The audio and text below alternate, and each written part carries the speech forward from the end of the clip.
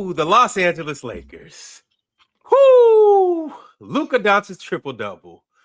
Whoo, LeBron James 40 plus, still putting on master classes. And then you got Kyrie Irving giving the Lakers 35 back. It's got the makings of a rivalry, fellas. It was a good game, and Luka played against his former team. He got busy. It was a good time last night, right? Mm-hmm. It was. Right? Yes, it was. Yeah, it was definitely good action. The Mavericks, Dallas was clearly missing something, and it was their entire interior. Yeah. Not some of it or most of it. It was the entire interior. I mean, I think between James and Luka, just those two guys alone, they had 27 rebounds between the two of those guys. That doesn't happen if Anthony Davis and Gafford and Lively are on the floor. That's not happening. They're not going to out-rebound your front line like that. No. A lot of those rebounds that they missed or a lot of that domination around the rim, I don't think it's happening if Anthony Davis is on the floor. So once they get those guys back, I think we're going to see a different Dallas team. But again, remember, Ron, this is not a trade for right now. I think this is a 3-year deal for Dallas. So we'll see. 100% see. I mean, chill. Dallas lost by 8 points. They did.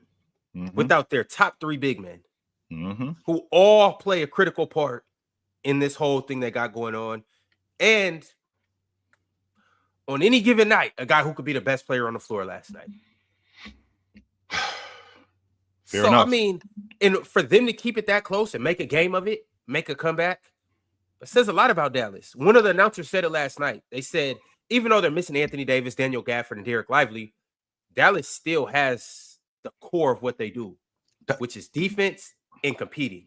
Jason Kidd still got them guys out there competing. That's why I think this team is a lot better than people give them credit for. I think this team is, the way it's constructed with Anthony Davis and with Derek Lively and with Anthony Davis being able to move to the floor, this makes them so much more better defensively. Plus, you got a pick and pop big that can play off of Herb. I think Herb over the last like 4 or 5 games, he's averaging something like 29 a game or 30 a game. He's been getting busy.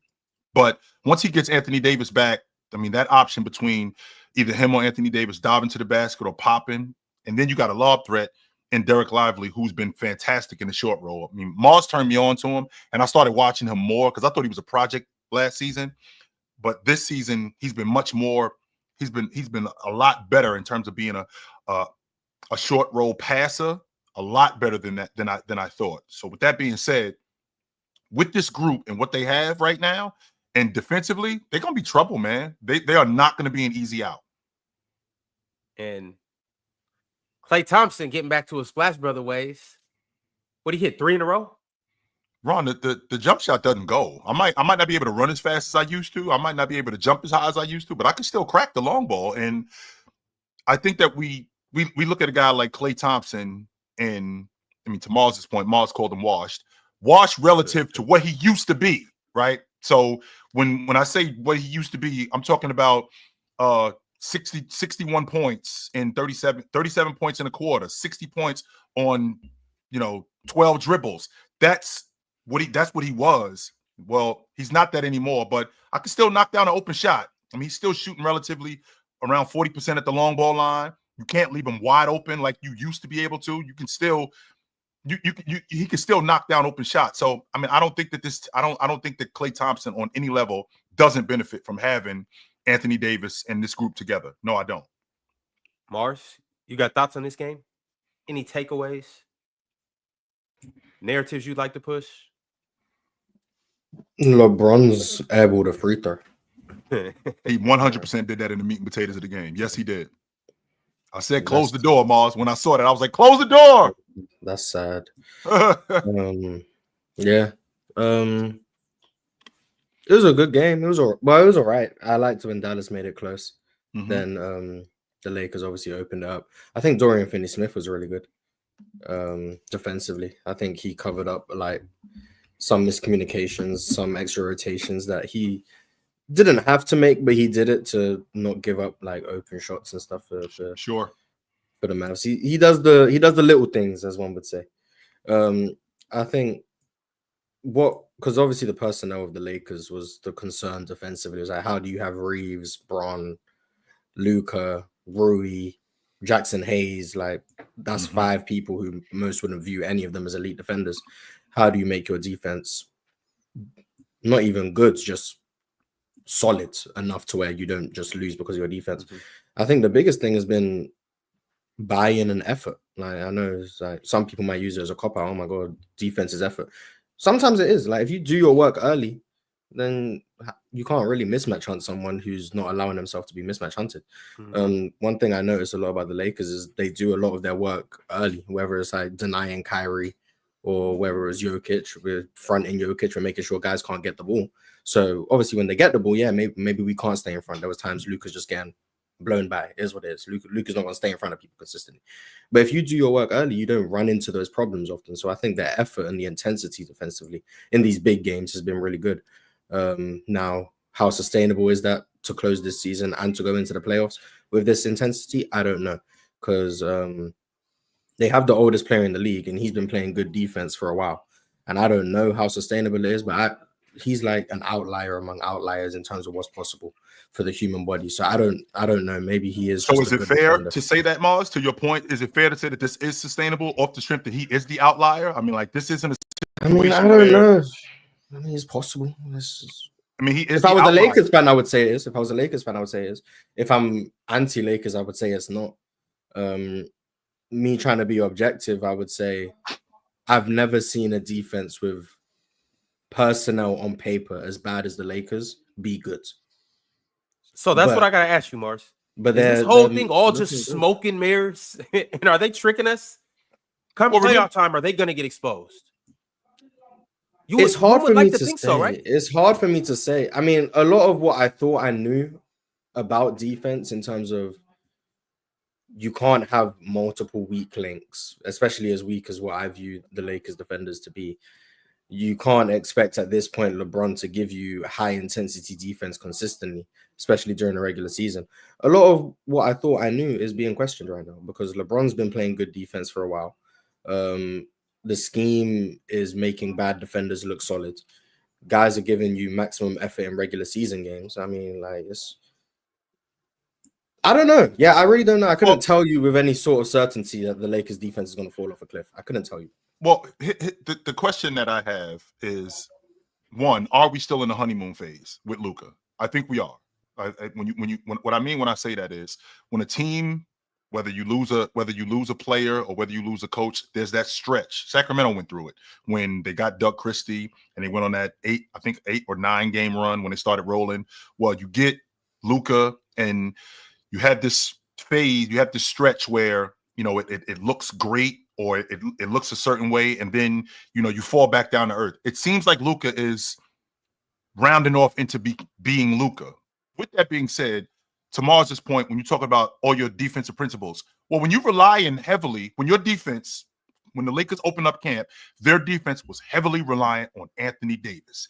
He is their anchor on defense. Everything we do defensively is reliant on Anthony Davis, him being the roamer, him cleaning up the glass, him being the rim protector. If I get beat, he's going to be there to clean it up. He's chasing guys out of the paint. All of that stuff is contingent on Anthony Davis being on the floor. Well, now that Anthony Davis is not on the floor, we now have to rely more on each other. Now, to your point, Mars, with this team not being as good on paper, but if you think about it, you know, with Dorian Finney-Smith has always been a solid defender.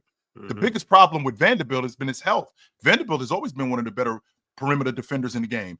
James, your issue with him is his age. Well, with him being effort due to age. To age. That effort due to his age, sure. But because of what we've seen, because to be honest with you, Miles, what James reminds me of getting with Luka. He's the older dude that just got with a young chick. I see a lot more bounce in him. I see a lot more energy in him now than he had in the past. Stella got her groove back. That's what it looked like, Ron. It looked exactly like that. You know, I'm hanging around a younger chick. You know, I got a little bit more energy. You know, I'm up a little bit later, and that's kind of what it reminds me of with James. But with that being said, it looks like they cover a lot more for each other, which now resonates throughout the rest of the crew with Luka. even though I know that Luka's not going to stay in front of people, but I see the effort there. And on top of that, Luka looks a lot better in shape. Like I seen him, he looked a lot lighter on his feet last night than he had in the past. I don't know what's going on in Los Angeles, but he looked a lot lighter on his feet last night than he had in the past. He's healthy. That's what happened. He's healthy. That may be the case. That may very well be the case. But I think the point that I'm trying to make here is with this group, I feel like they're now relying on each other more than they have in the past when they had Anthony Davis. And it looks like the defense as a collective has just gotten better because they're relying on each other more. Chill, you mentioned the honeymoon phase. I don't necessarily think it's that. A little bit, but I don't think that's the sole purpose. And on top of that, the Lakers don't have time for a honeymoon phase. Y'all keep in mind what time of the season it is. It is February 26th. In 2 months, we're going to be in the playoffs. 2 months, yes. This team just kind of got thrown together. And Luka is he is an easy piece to put on a team and you can run with just because he's Luka. But at the same time, their whole dynamic of their team just switched. You went from an Anthony Davis reliant team to a Luka reliant team. Yep. I think that they all realize that. And keep in mind who we're dealing with. We're dealing with LeBron, JJ Redick, Austin Reeves, who's had playoff runs with this team, Gabe Vincent, who's had deep playoff runs, Dorian Finney-Smith, who's had deep playoff runs, obviously Luka Dončić. You got guys who are veterans, and they know we don't have time to bullshit. It is February. The playoffs are right there. We don't got time to ease into our defense. We got to play defense right now, and we got to play at high intensity right now. We got to get this thing going right now. Otherwise, come March, if we don't get it going, we might be in trouble. Well, you also have a quick study in terms of offensively in Luka. So when you have a guy that's as good as Luka is offensively, you can make up a lot for your defensive woes with offense. And because Luka is that good, and because James has been as good as he's been playing off of Luka as of late, I mean, it works. Now, don't get me wrong, Penn. We're gonna have to shore up a lot of our defense, and we might not have as much time to do that. But if we have an offense that's viable enough to sustain what we're doing, and then we can, as time goes on, increase our defense, because we've seen teams late in the season, their defense get better. That's happened. So I think I think with the Lakers, our offense more is supplementing what our defense is, and our defense is getting better as time goes on. I don't think we've seen enough of the Lakers, but we keep saying honeymoon. What honeymoon? They lost to Charlotte and Utah. This is not Doug Christie in Sacramento where it's like, oh, he's the miracle cure. No, this is a bumpy ride. This is not, I wouldn't call this a honeymoon. I would call this a custody battle. This is the custody battle, the ugly divorce, element of the, I think the honeymoon period's coming. I think that honeymoon period is going to come. Now, as much as is talked about the Lakers' defensive woes, right? Rui Hachimura, there's a lot of defensive liabilities in isolation. If you look at them individually, is that a good defender or bad defender? But as a team, I feel like they're smart. And intelligence goes a really long way. Scheme and intelligence can go a really long way. And Luka, and apart from their center position, which is, the biggest hole on this roster. Like, this team is literally if they had a dominant paint player. Do they need a dominant paint player, Penn? Do they need a dominant paint player or just a viable paint player? What I mean, I don't mean like 2009 Dwight Howard. No, I'm not talking about that. I'm thinking give me Tyson Chandler, Joe. Give me Tyson Chandler from the Dallas Mavericks finals. Like, literally that. Give me a DeAndre Jordan. Like, you don't need to get a Hall of Famer. Just get me somebody who can put buckets on the back end and really pressure the rim. Even a Houston Clint Capella would be a wonder right now. Maybe according to Jordan, a much younger version of Serge Ibaka, right? So, something like that. Like, I feel like some player like that. So they're that piece away. I don't think Mark Williams is it, but hopefully they find that piece because we could talk all we want about their defensive woes, and I feel like they've looked much better defensively. They got Dorian Finney-Smith. That's a good addition there. He helps the defense a little bit. Another smart player. So they got a lot of smart players. LeBron's really smart. Luka, big body. Yeah. He's like, you look at him on his defensive lowlights and you're like, damn, he's not trying at all. He just got cooked. But overall, like, in terms of everything that matters on defense, size, boxing out, rebounding, reading the play, communicating, he can participate in a good defense. I don't see Luka as like, oh my God, Luka's on the court, we're fucked, Like that's not. I did feel like that at one point. I mean, we had this conversation. I thought he was the worst. Yeah, if he's out of day. shape, I did. then yes, you are absolutely messed up. Yes. He's never gonna be the worst defender in the game. Show you and I can disagree on this for days, and we talk about it. But there's no way in hell you could be 6'7" in a league where Anthony Simons and Trae Young play basketball and be the worst defender in the NBA. We don't want to relitigate that.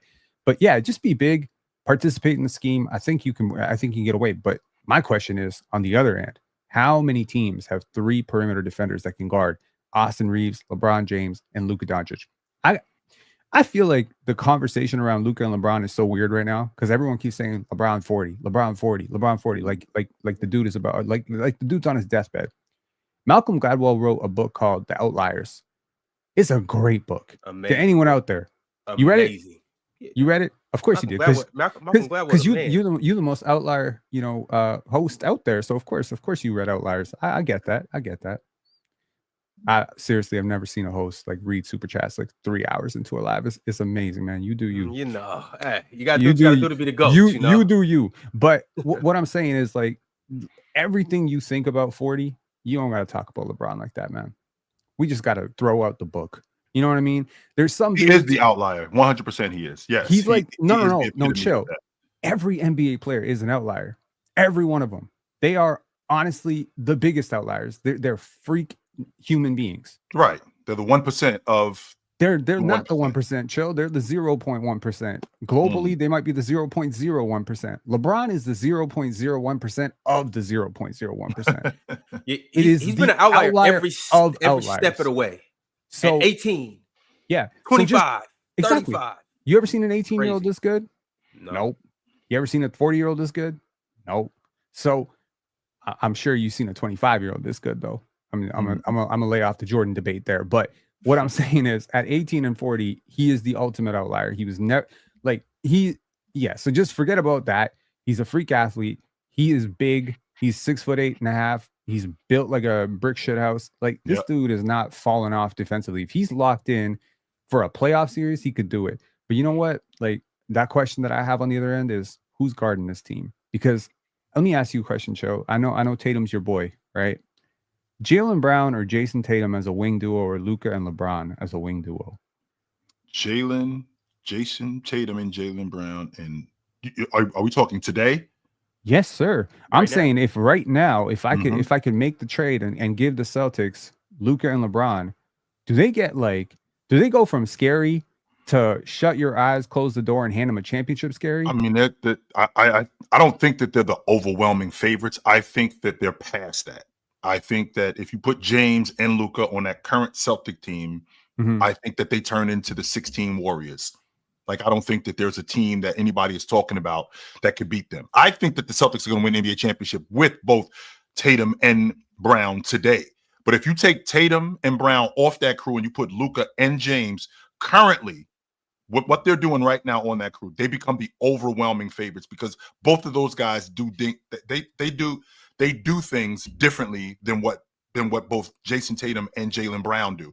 Jayson Tatum, more of a playmaker. He can score the basketball on the defensive end. But if you got two guys who are willing distributors, willing passers, and elite at that, you don't have that with both Jaylen Brown and Jayson Tatum. That opens up the Celtics' fierce offense even more than what it does. And on top of that, I see the effort that James is given on defense. And as good as that Celtic team is on defense, well, they do have guys, because I'm a big component of protecting guys. They have guys to protect James, which means that James's effort would be even better playing with guys like Porzingis and Derek White and guys like that. Now, is that to take away from how good both Jaylen Brown and Jayson Tatum are? No, but I just think that these two guys, they bring something different and they bring something even more dynamic to that Celtic offense, which would make them even better. I feel like Bron and Luka with even Drew Holiday and Derek White would be a cheat code to feed families. Like, I don't even know like what that's. If I'm the opposing coach playing against that team, you just imagine that starting lineup: Derek White and Drew Holiday in the backcourt, Luka at the 3, LeBron at the 4, and literally, I don't know, put Ox at the 5. Yo, I don't know how to stop that. I really don't know how to stop that. Ox get 20 points just on gravity alone. The Lakers have like it's tragic that LeBron's 40 in a weird way, because I wish this had happened sooner. Well, and I understand. I mean, we Can you got imagine if James. this happened like 5-6 years ago? If somehow on it wouldn't draft have night, been, I can tell you right now, if David Stern was around, he wouldn't have allowed it. No, he wouldn't have allowed. Well, no, he would not have allowed it. No, absolutely. Luka and James.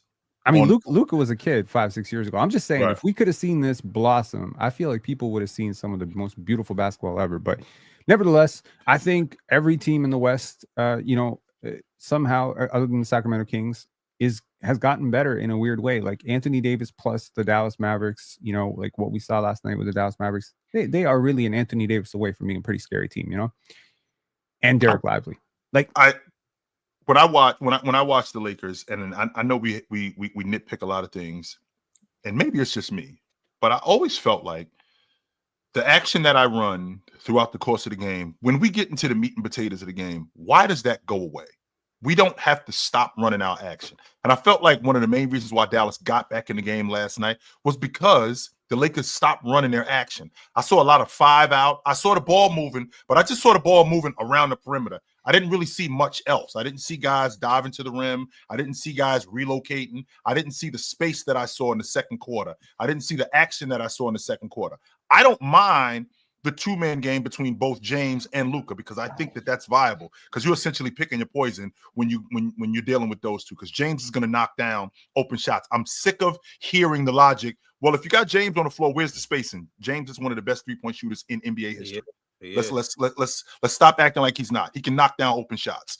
He can do that, and he's been doing it. With that being said, I think that you're much more viable when you continuously run your action, because you keep the defense on their heels. When you're standing around the perimeter and you're just watching the game and you keeping these guys in front of you, that's not hard to guard. That is easy to defend against. And I saw that last night, and I thought to myself, why are they not continuously running their action? Nice. I mean, what do you want them to do exactly?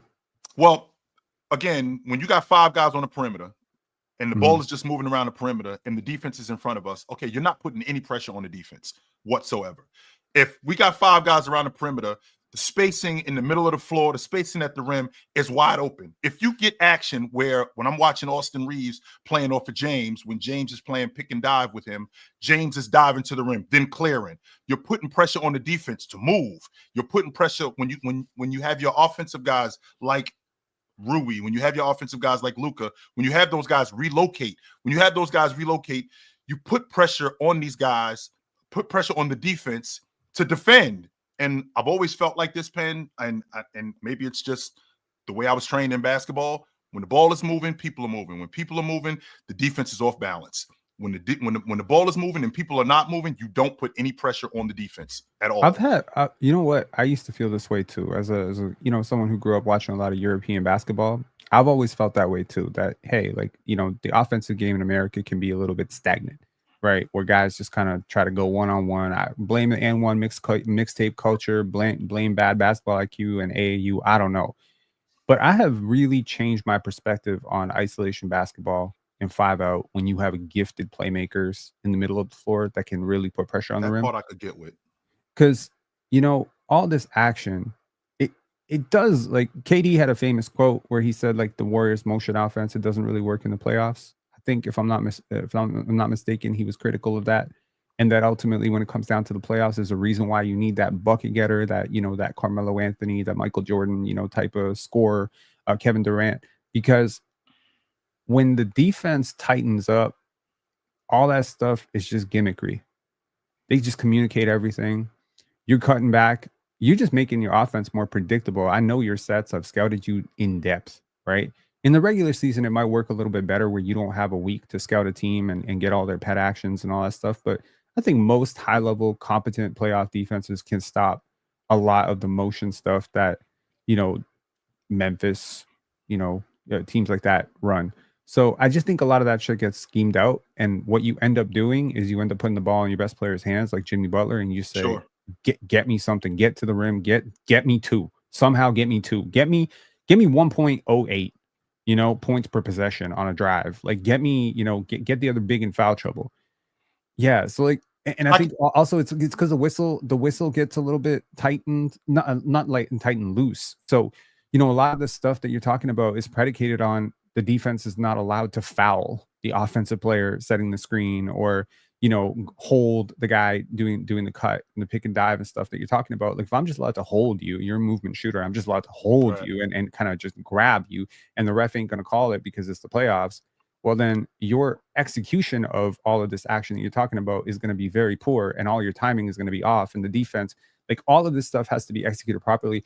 And also, I'll say, the more you pass, like you're saying, the ball moves, people move. Yeah, more people move, more ball moves, sometimes more turnovers too. Sure. So it's you know, it's a game of attrition in the playoffs. And that's a fair point. But what I can push back with that is it's like in a football analogy. Ron, if we keep running the football, don't stop running the football because we got stopped the first couple of plays. Don't stop running the football because, we've only gained 10 yards in the first 20 attempts. No, you're going to eventually bust. You're going to eventually bust through. Keep doing it. And once you bust through, you're going to put pressure on this defense and eventually wear them down. Now, I do appreciate your logic, Penn, when you say that you got bucket getters, because I can only X and O you for a certain amount of time until I just got to put the ball in this guy's hands, or I can put the ball in this guy's hands and like, go get me a bucket. But I can still do that within the flow of the O. Triangle was a prime example of that with Jordan. The triangle was a prime example of that with Kobe Bryant, where we still running what we're running, but what we're not doing is we're not going to just clean the whole left side of the floor out. We're not going to clean the whole right side of the floor out. We're going to keep running our action, because when we keep continuously run our action, to your point, we're going to put pressure on the defense to the point where we're wearing them down. I just feel like when we're not moving, we're letting the defense off the hook. We're keeping them involved in the game as opposed to putting pressure on them. And our offense is like the triangle, or like what the Golden State Warriors one, where it's constant ball movement. When you consistently do that, you consistently put pressure on the defense and wear them down to the point where when we get late in games, if we're still doing that, the defense is more prone to make mistakes than the offense is, because I'm already running out principles anyway. Mentally, as a defense, if I'm chasing Steph Curry around, or if I'm chasing, I don't know, let's say Rui for an example. If I'm continuously chasing Rui, if he's continuously moving, diving to the basket, late in games, if I'm thinking that they're going to go to James or they're going to go to Luka, well, I'm going to have a mental lapse because I'm so wrapped up in chasing Rui, that eventually Rui's going to get open, which goes back to my original point about being a running back. Wrong. Yeah. Keep running the football, because you're gonna bust. You're gonna bust through. I promise you are. And once you do, you're gonna wear that defense down. I'll give you one more reason to not run as much action off the ball, specifically in the playoffs. Mm-hmm. So the intensity goes up, right? These people don't grow a second pair of lungs. So a lot of the stand around and watch Luka cook, watch LeBron cook, my turn, your turn basketball that the playoffs eventually evolve into is because guys' minutes are going up and their intensity on defense is also going up. Physicality is also going up. So something's going to have to give. Otherwise, you're going to have dead legs on your jumpers every single time. Like, you can't be chasing around everybody. So it's like, it's a double-edged sword, because obviously you being stagnant means the defense also has time to rest, right? So it's like, I don't know, if you're going to be a marathon team, if you're going to be the team that's just like full of Rip Hamiltons, maybe you can do that. Steph Curry's, Rip Hamiltons. There just aren't a lot of athletes who can play at that level of intensity, and be just like moving every, you know what I mean? Like you do see it. I've seen a lot of players like that are movement shooters, or very, very active, and it's just like very rare that a player can be super high. If you're tired, go sit your ass on the bench. Well, yeah, that's what and then what happens if you don't have a backup? What happens if your backup is that's the New York Knicks. Everybody else that is planning on going deep in the playoffs, they have a reliable bench. Like Denver has a reliable bench. I hear what you're saying. They had 7 guys. There's 7, 8 guys. I mean, it wasn't like they only had 5 guys. Luka was just so good. And you know what's funny? And you know what's funny? They're one of the teams that actually gets to their sets. They play half-court basketball. They don't just stand around. Michael Porter's coming off screens. Jamal Murray's dribble handoff in. Jokic is moving without the ball. Penn, I hear what you're saying. Like, when you need a bucket, or when it really comes down to it, get a ball to your best player. Give it to your Shays. Give it to your Tatums. Give it to your Jimmy Butlers. Give it to your Stephs. Yeah, they don't have one. But you gotta run basketball. You gotta play basketball. And you gotta run sets. But Penn, to combat your point, I mean, this is why I'm doing what I'm doing in the off season. This is why I'm running hills. This is why I'm running on the track. This is why I'm lifting all these weights. I'm not lifting these weights just because I'm just trying to get in shape. I'm doing it because when we get to the end of the season, when we get to this time of the season, I want to be in the best shape possible. On top of that, if you look at the teams that win the NBA championship at the end, they're the healthiest teams. They're the most in shape teams. Those are the guys who are the most available. So if I have those guys, I can continuously run the action that I'm running, to Ron's point, where with Denver, even though Jamal Murray was the primary ball handler, the offense ran through Joker, there was a lot of action, and they consistently kept defenses on their heels where it wasn't just one guy. I say that to say I don't want to go away from that.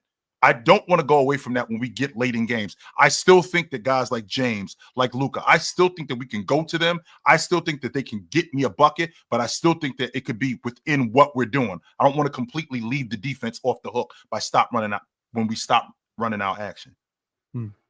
All right, y'all. Salute to everybody that's in here. Like the video, subscribe, become a member, and speaking of which, shout out to our Hall of Famers, 40 Cal, that's our newest Hall of Famer, Cheese, Vale, J-Hub, Multi-Kenny, and Cobra Son of Raditz. I heard you guys had a good time on Playback last night. Well, I'm going to invite you to have another good time on Playback tonight. We got the Spurs and we got the Rockets. I know we don't got Wemby, but we got two of the better young and up-and-coming teams in the NBA. On top of that, we got some other good games in the association tonight that we'll be forming around and getting to. So y'all pull up and have a good ass time with us on Playback. In the meantime, fellas, we are going to transition into some other topics. We'll eventually get to last night's games. I want to talk about some more games from last night, but chill. Sir. Your man Jayson Tatum had some choice words for the fans, the media, and everybody in general. He had this to say. He said he doesn't feel appreciated in the NBA. And he went on to say this. He was asked if he feels appreciated. And he said, honestly, no. If you took the name and the face away from all my accomplishments and you were just like, this is player A, and he accomplished this at 26, people would talk about me a whole lot differently. Chilltown, how do you feel about this? I wish I had a tissue. Not to like this. No, I'm it's a sad movie, man. I'm sorry. I wish I had some tissues to dry my eyes. Why? Cry me a river, man. Shit. I don't feel appreciated. Okay. He answered the question. You mad at him for answering the question he was That's on. number one. He ain't just come into the interview like, damn, why don't they appreciate me? Someone asked him if he felt appreciated. Like, no, I don't. Damn, why you mad at him? No, I don't. If you asking me if I feel appreciated. So Penn, to his point, I want you to take the name, take the name off, right? Take the name off and just look at what he's done. And this is player A. I'm an NBA champ. I'm an Eastern Conference Finals MVP. I'm a 2-time gold medalist, 2 finals appearances, five Eastern Conference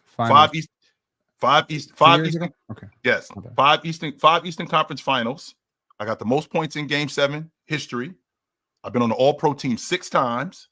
I'm the fastest player in my organization's history to 10,000 points. I was the All-Star Game MVP. I scored the most points in All-Star Game history. I made the All-Star team 5 times.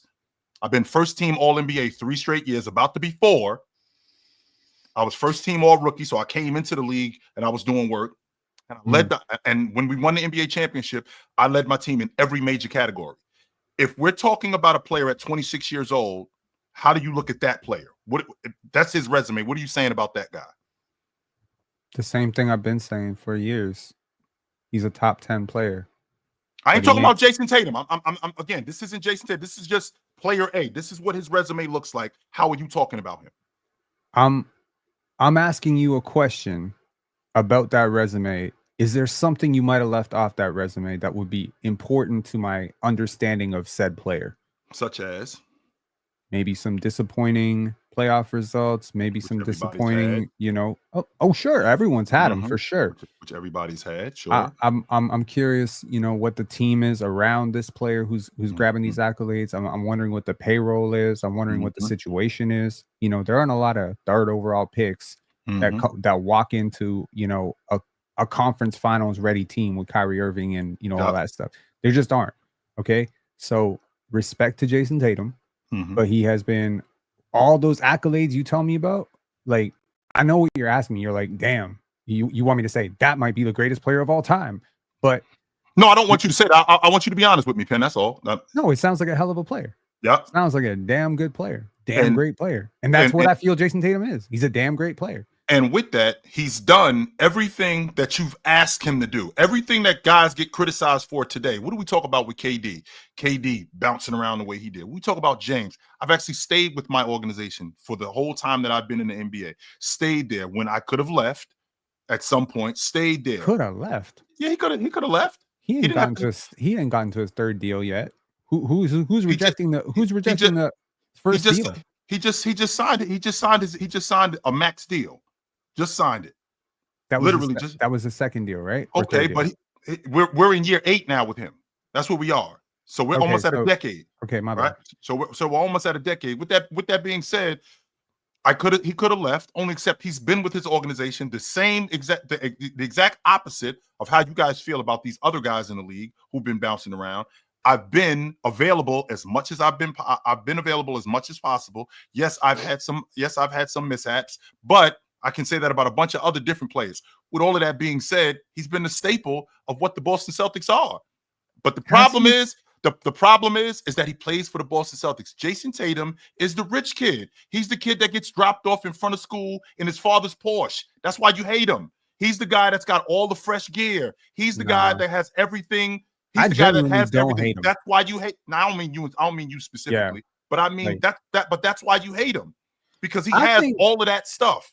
And it seems like it's been given to him, when in reality, he's done it the exact way that you want him to do it. The exact way. He comes from an impoverished background. He played one season. When he got to the Celtics, he was fortunate enough of the misfortune of Gordon. I know that sounds ridiculous. He was fortunate for Gordon to get hurt. With Gordon getting hurt, he steps into the lineup and gets busy and has been getting busy the entire time he's been there. With that being said, he's been the staple of the Boston Celtics, seeing different coverages, performing at a high level, showing up in big games, and continuously doing this. So, I mean, I'm trying to make sense of why we don't talk about him the way we should. You don't need to sell me. Yo, Pin, hold up right quick. Just hold that thought. Mars and Ox, I just got to ask you guys, is Jayson Tatum underappreciated? Ox, we haven't heard from you yet. You just got up here. You are late, and you will feel that on your paycheck, but that's a conversation for another day. Sorry to put your business on Front Street in front of everybody, but we need to hold you accountable. Was that necessary, Ox, that you getting docked? Is that necessary? Do we have to put that out there? Hey, man. I do the crime, do the time. I ain't tripping. Dang. Anyway, I'm sorry. That's the energy Jayson Tatum needs to have. That's crazy coming from you, Pin. Why? Because you always preaching about how these NBA players, they're people, they need to get this love, and when they miss the parlay, people are messing them. Oh, they just had a. But then when it comes to Jayson Tatum, it's like, oh, suck it up. Come on, man. Like, first of all, like, he was asked the question, he answered the question. You know what I mean? So that's all. Pin. I'm not trying to call you out, but if somebody's asked you a question, I expect you to tell the truth, right? And we all know Jayson Tatum is hated on unnecessarily. We know Jayson Tatum is very, very underappreciated. We know all these things. We know all these things.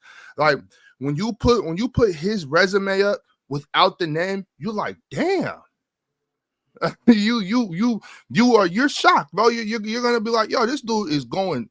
Who is this? You know what I'm saying? And everything come to find on out that resume Tatum, you're talking about is someone appreciated him. And then everybody, it's something that he earned. Once you put Jayson Tatum's name to it, then they're like, oh man, he plays with this player, he plays with that player, he has this player, that player. But then when you go to the list. When you go to all the lists, the top this list, top that list, top 50, top 75, you don't see, like for the ones that we made, you don't see any Celtic on there besides Jayson Tatum. But then he has a super team. I'm trying to figure out where's the logic in that. I'm trying to figure out where's the logic in the fact that we don't rank any of his teammates high. But when you talk, no, you don't, because you didn't drop none of their names when we was doing it. So don't say that now. What Derek White? Derek White. I Okay. think, All right. so you showed Derek White. You showed Derek White a little appreciation, but then when we name these players out, it's always we don't bring them up. We don't bring these players up until we bring up Jayson Tatum. When you bring up Jayson Tatum, then it's like, oh, he has this player, that player, but he don't got a bunch of players in these top lists. But you don't do that for Donovan Mitchell, who you got where you got 4 other guys that you rank so high. So how is this team such a super team, but you don't show none of his teammates no love? Okay, so he has 4 teammates who are top 50 players, in my opinion. And he has another one who might be a top 70 player. So, yeah, I mean, that's an embarrassment of riches. And he's been on these stacked rosters. Look, y'all catch that thing. Embarrassment of riches. It is an embarrassment of riches. There aren't a lot of teams that are willing to front a luxury tax bill this large in order to field a roster this good. And believe me, it's not cheap. There just aren't. So you take a look at guys like Shea. You know, there was this quote by DeMarcus Cousins. I don't know if you saw it, but if you follow us on Instagram, you definitely saw it, where DeMarcus Cousins going off about, you know, how he cooked Rashad McGinnis? No, he was talking about how most teams are trying to lose, right?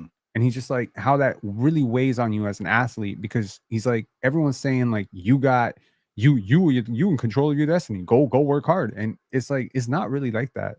It's not really like that in the pros. If you get drafted to the wrong organization, you just messed up. They're not going to sign the right guys. They're going to draft all the wrong guys, and they're going to be benching you and playing weird lineups because they're trying to lose basketball games to bring in the next you. So it's we talked about that a bunch of times. I brought that up about the fact that a lot of these NBA teams aren't really here to win. A lot of these owners aren't even here to make money. They got billions of dollars from other endeavors, and this is just a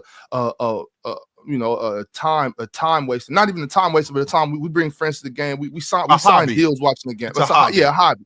You know what I'm saying? I definitely understand that. That's Yeah.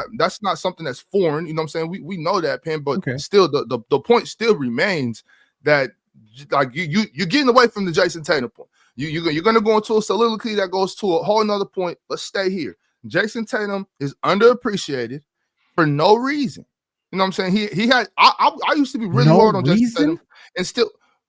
What is the reason? What's the reason? What's the reason besides the owners aren't trying to win? Because the Celtics are trying to win. A lot of teams, there are teams that are trying to win. So what's the reason?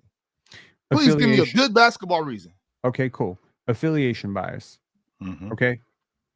He chose at least to go to a college that is hated on by pretty much most people. Okay. In college, if you're a college basketball fan, most people either love Duke or hate Duke. I feel like more people hate Duke than love Duke, to be completely honest with you. So number one, you're the poster child for that. Number two, while I appreciate the impoverished background, and I have followed Jayson Tatum, since AAU, and I know a lot about his mom, and I respect the hell out of the guy. I've honestly counted him as one of my top 10 favorite players in the NBA for a very long time. I'm just trying to be real about the guy, okay? Please do not come off as hating or whatever. I've never underrated Jayson Tatum in my life. I've been consistently saying he's a top 5 player, top 6 player in the NBA for a while. But he comes off as privileged, even though he's impoverished, if that makes sense. There's an elitist air to him. I've never once thought Jayson Tatum was privileged. And I understand where Penn's coming from. It's because he light skinned. No, Ron, it's because he light skinned. No. I understand where. That's it. No, that's it. It's Duke plus the Celtics. It's Duke plus the Celtics. Okay, well, here's plus the air of I'm above this. You know what I mean? Did Paul Pierce come off as privileged? He went to Kansas. He went to Kansas. Kansas is a blue blood. Kansas is not hated nearly as much as Duke. All right, here's the thing about the Duke logic. Here's the thing about the Duke logic. Is Zion hated? Let me make. Is Kyrie hated? No. Is RJ Barrett hated? Kyrie's not hated. Kyrie's hated now. He's hated as hell. Yo, I have hold on. But before the COVID thing, sure, he was not hated. Kyrie was beloved. After the COVID thing, he was hated for 2 years. Nobody hates Kyrie now. Nobody. Kyrie's not hated anymore. He went through that little stint. Now that he's been on the Mavericks, nobody's hated Kyrie. Right. As a matter of fact, Kyrie's kind of Kyrie's become a little more loved. But I'm saying, can we stick with Paul Pierce? Paul Pierce stayed with the Celtics his whole career. Did he have an air of privilege around him, or does he got enough melanin in him to not get into that stand? This is not because it's got to be a light skin thing, bro. Brandon Ingram went to Duke. He was a top 3 pick. He got drafted to the Lakers. And none of these guys, Brandon Ingram hated. And none of these guys have done what Brandon Jayson Ingram is Tatum mad is doing underappreciated at this point in the NBA. None of these guys. Brandon Ingram is mad underappreciated. And we can't sit here and say that the Duke but Jayson Tatum's not. We can't sit here and say that the Duke label is not a Chill, are you listening to this dude next to you, Chill? How is Brandon Ingram underappreciated, but Jayson Tatum's not? Brandon Ingram hasn't done half the things that Jayson Tatum has done in his career. Yo, he has a resume and an accolades list that's 50 times longer, and I really like. Okay, I'm not gonna sit here and tell you that they're close as players. Right. I know you're not gonna do that. Okay, but Brandon Ingram was a hell of a good player, and I don't feel like he's properly appreciated. I've never heard him talk about it though. That I'll tell you. Because ain't nobody gonna ask him nothing because he's not making it to conference finals. He's not winning championships. He's not first team. Okay, yeah. Well, ain't nobody gonna ask Brandon Ingram no shit like that. Themselves. And if I put Brandon Ingram on the Celtics, ain't nobody gonna ask Brandon Ingram no shit like that. They're gonna be an Jayson Eastern Tatum. Conference Finals team in place of Look, I want to say this, okay? And this is coming from a real place. Why do people like people or dislike people? I say this as someone who is universally disliked on the internet. Okay. People do not like people who come off as too curated, too perfect. The things that make us actually like people. Now, Pin? No, I'm not perfect. But when you try to act perfect, when you try to act like you're always right, when you try to act like you're above the noise, when you don't expose, Can I get some examples of this? When from Jayson Tatum, please, perfect, please. Let's not make this about. Let's not make this about you, Pin. Let's not make this about you, Pin. I need to know. I need to know how Jayson Tatum acts. I've never got this vibe ever in my life. I mean, was Jayson? I'm probably the biggest Jayson Tatum hater up here. But wait, you got this paycheck and chose violence. I appreciate it. I'm not chipping off a couple of dollars, Pin. I'm here to talk basketball. Let's talk basketball. Ron, wait, real quick, because I want to know this, Chill. I want to know this, Chill. Because when Jayson Tatum was getting benched in the Olympics, was he throwing hissy fits? Was he like? No. Was he doing? Because I said, remember, I said if I was Jayson Tatum, I'd be on the first thing smoking. I call Malika and Rachel right now, tell them y'all get ready, get your microphones ready. I got some shit to talk. Jayson Tatum didn't do that. He stuck it out. He rode the bench. He did it. He did it like a man. Kept his head high. No, that was damn perfect. What I'm saying is he hasn't even done like he's not an issue off the court. He's not out here doing crazy shit. He's not getting arrested, having DUIs. The boy got two beautiful kids. He got a beautiful mom. He got a beautiful lady. Yes, beautiful boy. What is he? But why? What? No, but he's earned these things though. So if he had more baby mamas, he wouldn't be privileged. If he was doing what Ant was doing. Oh my Lord. Oh, y'all would like him then if he was a degenerate, huh? No, man. Oh, it's like y'all want to scream so loud and you don't want to hear one thing I'm saying. Listen to me. I'm trying to make sense of what you're saying. There's nothing ideal. There's nothing break it down to layman's terms. Okay, I don't even break it down to layman's terms. You know, make it so I can understand it, Pin. I know I'm not as smart as you. I'm not as intelligent as you. And my mind isn't as privileged as yours. But can you break it down for a poverty mind like me? Ron, it's real simple. Nice setup there. Ron, I love Ron, that. It's appreciate the setup. It's simple, Ron. What he say? Essentially saying that you hate me because you ain't me. That's it. That's all he's saying. Okay. You hate me because you hate me because you ain't me. I play for the Boston Celtics. I'm a multi-millionaire. I'm the perfect dad. I'm the perfect son. I don't have any off-court issues. I don't. I'm great. I'm dope. I'm a great basketball player. All of that stuff matters. Yes. Is LeBron privileged? And you think that makes you great? I know that's whack as hell. I know that's whack as hell. People hate that. I'm trying to tell you this is the world. Is LeBron privileged? No, he's not privileged at all, and people hate the hell out of him. What's the difference? I'm saying, what's the difference between LeBron and Tatum? It's the same energy. If you stack up their resumes at 26, 25, it's eerily similar. I'm saying, but look, hold on, no, Pin, hold on. Now, Jayson Tatum went to Duke. Bron doesn't have that. Bron comes from a poverty background. Yes, Bron he went does. straight to the league. Yes, he does. That's awfully privileged if you ask me. You're 6'8" and you could jump out the gym. God gave you Hercules talent that he didn't give nobody else. He you didn't go come to in, Cleveland, though. rookie of the year. He played for Cleveland, though, Ron. It'd be way different if he did that with the Knicks. It'd be way different if he did that with the Boston Celtics. But chill. Okay, he plays with Cleveland. Bron, you can't handle Cleveland. You're too good for your hometown. You're too good for your home state. You gotta run to Miami and do that. You get with two top 10 players in the NBA. Miami's not good enough for you. Now you go back to Cleveland. But Andrew Wiggins isn't good enough. You got to get Kyrie, and now you got to get Kevin Love. They're not good enough. Run to LA. Blow up the whole team. Go get Anthony Davis. That's not good enough. Now you get Luka. I'm saying, is LeBron privileged? I hate to say this, but flaws make us human. You ever heard the quote, "To err is human"? That's what makes you relatable. When you fall, when you're about to accept an award, and you're not supposed to be relatable to NBA players, bro. How could you possibly relate to NBA players? You're not supposed to. I don't know. Can you relate to Allen Iverson not wanting to go to practice? Can you relate to a big loss? I've missed practice before. Yeah, I've missed practice before, but I can't. I can't relate to. You can't relate to NBA players, bro. Like, I'm just saying. When I think that's why Steph Curry is as popular as he is. Do you know the Michael Jordan myth? Steph Curry's 6'3" and a half and can shoot from anywhere in the world. You can't relate to that.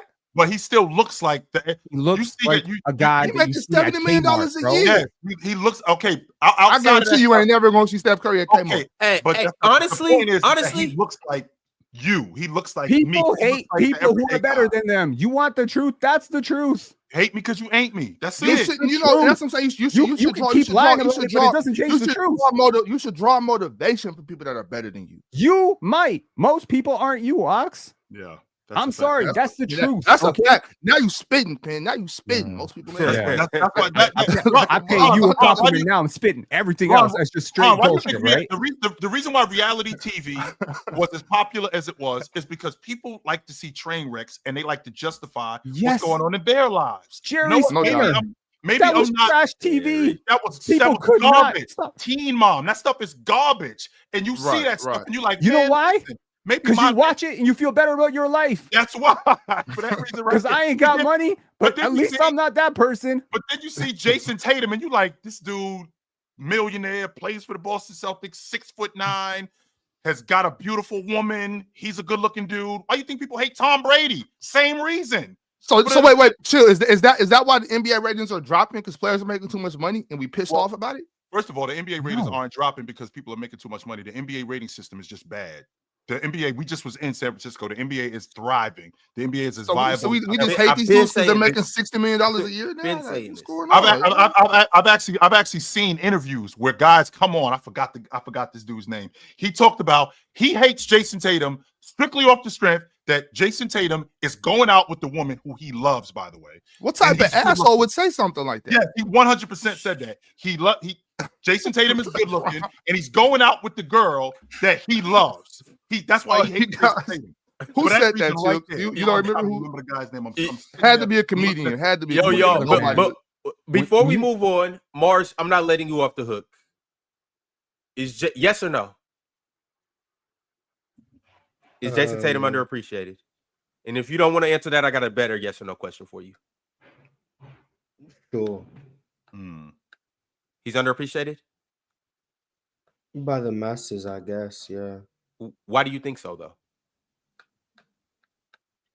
Because he's good, but people don't talk about him like he's that good, generally.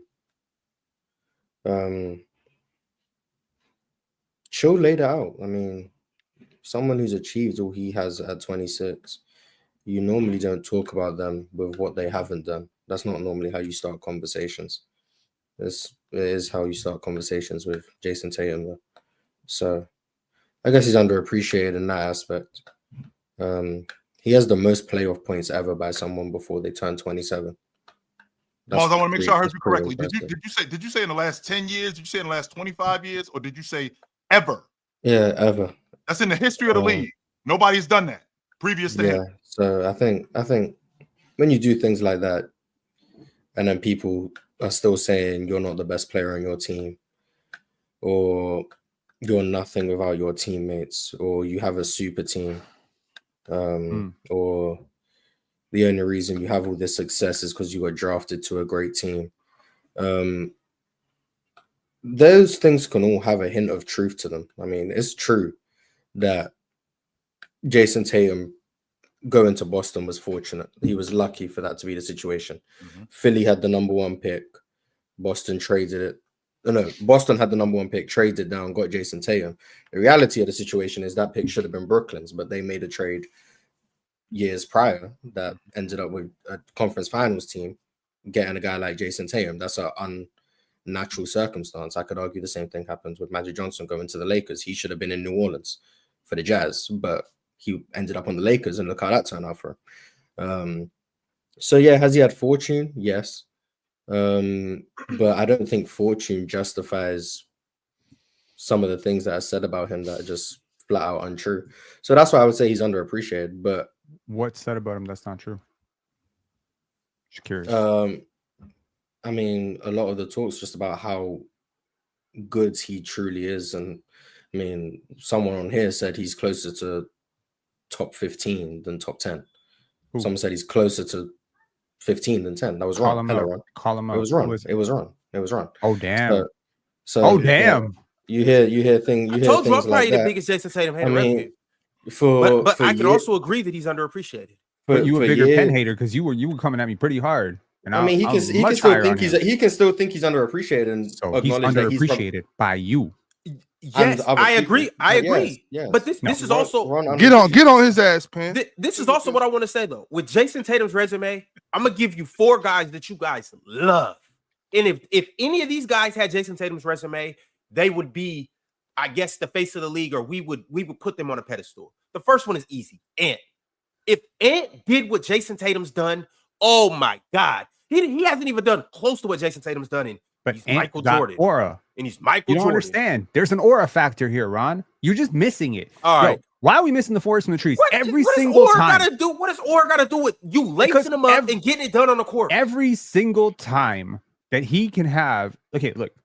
Jayson Tatum does not have a basketball problem. He has a PR problem. Pen, right quick, because I gotta do this ad read. Please hold that thought, because I can't wait to talk about this. But before we do, we got the good old PrizePicks. Let's go with this one. I love Mars and Chill and Ox's face right here because they look like they're ready to download the PrizePicks app and run their game, control their game, and win their game. And ultimately, just look at Mars. He's so shocked by the fact that if he plays $5, he gets $50 back instantly. You can only do that when you use the promo code and when you use the PrizePicks app. It's so beautiful, y'all. Now, this is what you do. You download the app. You use the promo code panel. You play $5 and you get 50 back instantly. And you see these little jerseys down there where it's LeBron and it's Jokic, and you see that they have their player projections. Well, with those player projections, you go more or less, you choose 2 or more players in the sport that you like, and, well, you play the contest. And once you win it, you get to do what we do here on the panel.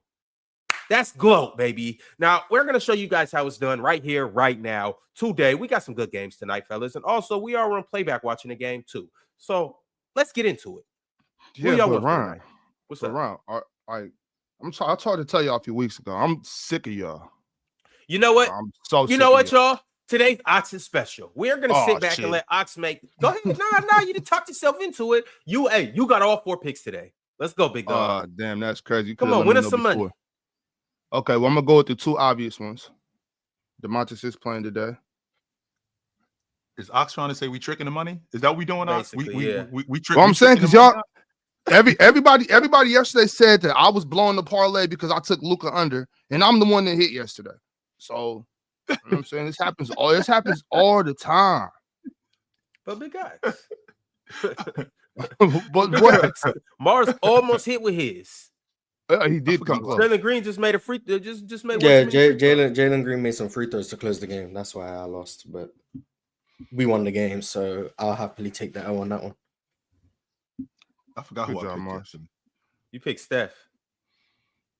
Yeah, he only played like 20 minutes, so smacked them bums. Yeah, should have expected that the Hornets were gonna get fried. They've been getting fried. Charlotte is a joke. Can't wait to talk about them. What's your percentage on Jalen Green over and under this year? I'm curious. Like, I feel like we need Mars analytics. I think More or less. Yeah, More I or think less, I've been right. More often than wrong. No, way less often. 3 or 3. I think I've been right 3 or 4 times. But that means Jalen Green's been scoring 20s consistently. So real quick, I'm ready now. Y'all got it. You done, big dog? Yeah. You sure you don't want a fifth? No. We out of your way now. It's on you. Do what you got to do. I mean, this is on the fly, Ron. You should no demon picks. I know a guy from London that'll be so disappointed in you. But proceed. So we're taking Domantas Sabonis, more 38.5 PRA. OG Anunoby, more 19.5 PRA. Ivica Zubac, 29.5 points and rebounds. Took more. And of course, the MVP SGA, 29.5 points, taking more. That you sure that's not gonna be a blowout? He'll still get his points. Trust me, he's the MVP. That $10 will turn into $100. All right. I'm gonna go ahead and submit that. Big guys, can I sway you with one thing? Oh shit, my bad. What? I'm going to get a veggie burger. I'm about to go get a veggie burger because we about to win. I'll bring it back up right now. Get my cut. Burger. Yeah, I'm going to get my cut. It's a spot now out here called the Yard House. I'm gonna get my cut and go get a veggie burger. Oh, you like the Yard House? That's my spot. You just gave them some free promo. They should give you a free burger on the house for that. Yard House. What you want to swim me with, Ron? What's the deal? I mean, big guy, you got Tyrese Maxey and Jalen Brunson, 55.5 points. I'm cool. I don't know nothing you to cool? do with that. Yeah. Assist combo? I mean, if you want to put it on there? No, it's on you. Ryan is like the devil on your shoulder. Like, he is the pain. I swear he is. You got 4 good ones. You want to take one of my bad picks? 100%. You want to mess up your $100 check? Sometimes you got to push it to the limit. Come on, man. He's 100%. Now your house fire. So you get. Oh, I forgot. My bad. I almost suggested something with some meat. I'm tripping. My bad. Pen. We can just let this go and we can continue to move on. Or if you want to continue along this line of Jayson Tatum being privileged and underappreciated, okay, we can absolutely do this. It's not about privileged and underappreciated, okay? It's about the appearance of that, okay? What I'm saying is, y'all remember Taylor Swift? Y'all remember Taylor Swift blowing up because Kanye went up and humiliated her in front of the whole world, saying Beyonce should have had the best album? Yes, I do. She was already blowing up before that, though. I mean, she just won. She literally had just won. She was a big deal. She became relatable in that moment. That's a very relatable moment. I'll give you another one. I can't relate to Taylor Swift, but go ahead. No, go ahead, please. Cool. Please. Carry on. You're not a white woman, but I'm saying right. No, that's why I'm stopping. Someone out there can, right? Got Karen Tennessee. My niece loves her. There was an actress, Jennifer Lawrence. Y'all remember when Jennifer Lawrence fell while going up on stage? Yeah, I remember that. Okay, I remember that made her very relatable. Okay, and I'm gonna tell you something. Luka being traded for being too fat makes him extremely relatable. Okay, players getting it's very relatable. You're not good at your job. We're letting you go. What? No notice? What are you doing? Yo, this is relatable. I'm trying to tell you, Michael Jordan getting cut from his junior varsity team made him relatable. This is a part of the narrative of story structure. You see this little a lot of story over everything. A lot of freshmen don't make the JV team. That's not yes, I know that, but that's not. I'm not talking about the reality. Michael Jordan was a hell of a good basketball player. Yes, I know that. Every time I hear that story, oh, do you know he got cut from his? He was a freshman. Ox. I'm not talking about the reality. The reality of Jayson Tatum. Let me tell you the reality of Jayson Tatum. Well, we can't Jayson Tatum is a great dad, a great son, a great teammate. He is extremely mature. He is one of the most accomplished young players in NBA history. He is a versatile two-way player that can play 5 positions, and he's honestly one of my favorite players. I think he's fantastic, and he's an NBA champion, and he's an Olympic gold medalist.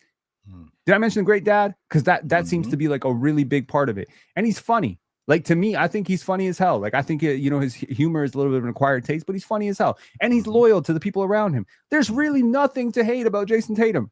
And that's what makes him hateable. Do you understand what I'm saying? Yes.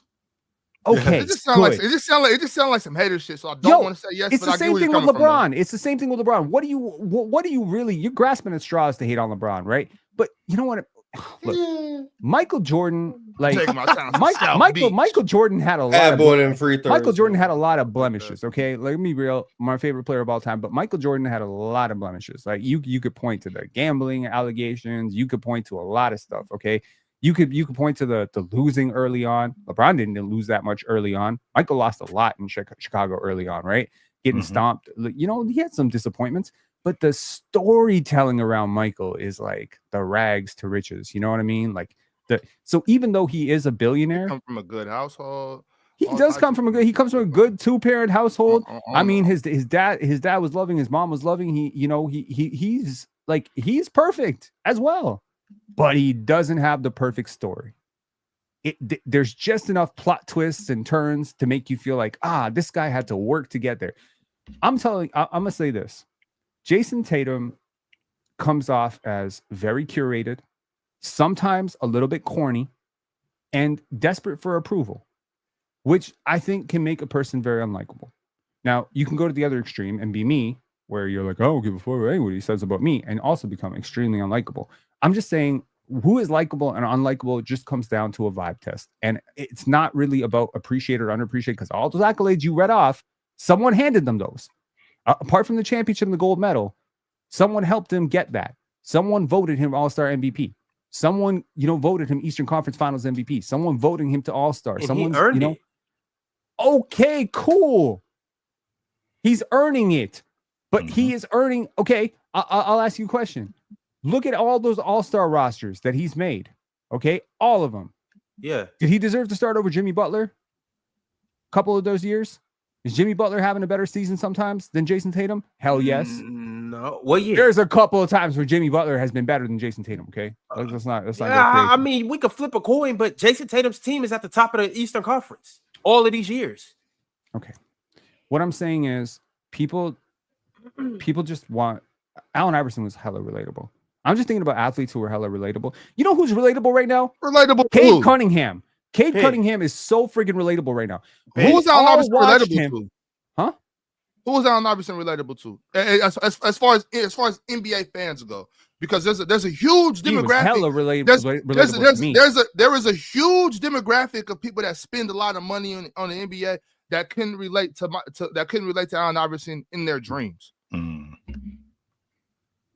talking about the bulk of the money where the NBA comes from.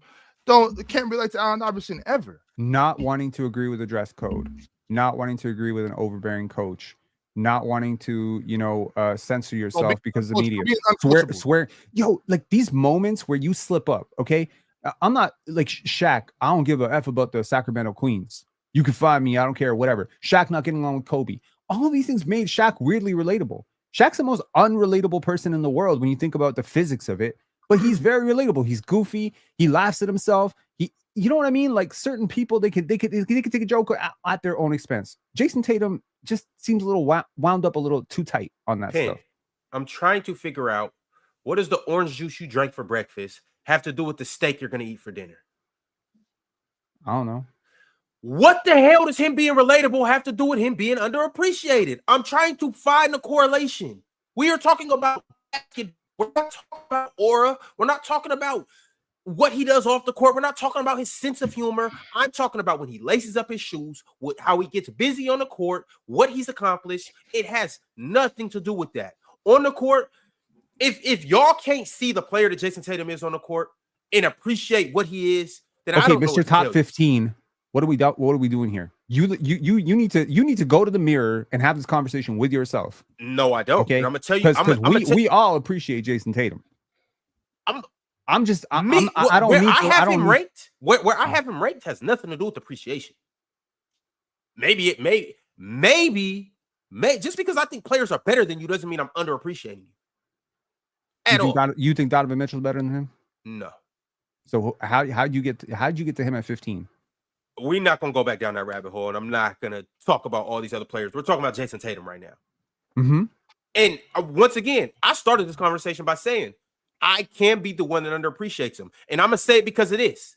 I underappreciate Jayson Tatum, not necessarily based on the skill set, but I underappreciate him actually because I think he could do more. I think he's better than what he don't kill enough as you'd like him to do, Ron. And so I underappreciate him based on that. But even then, That's actually me bigging Is him he up fun? and saying, Is he fun to watch?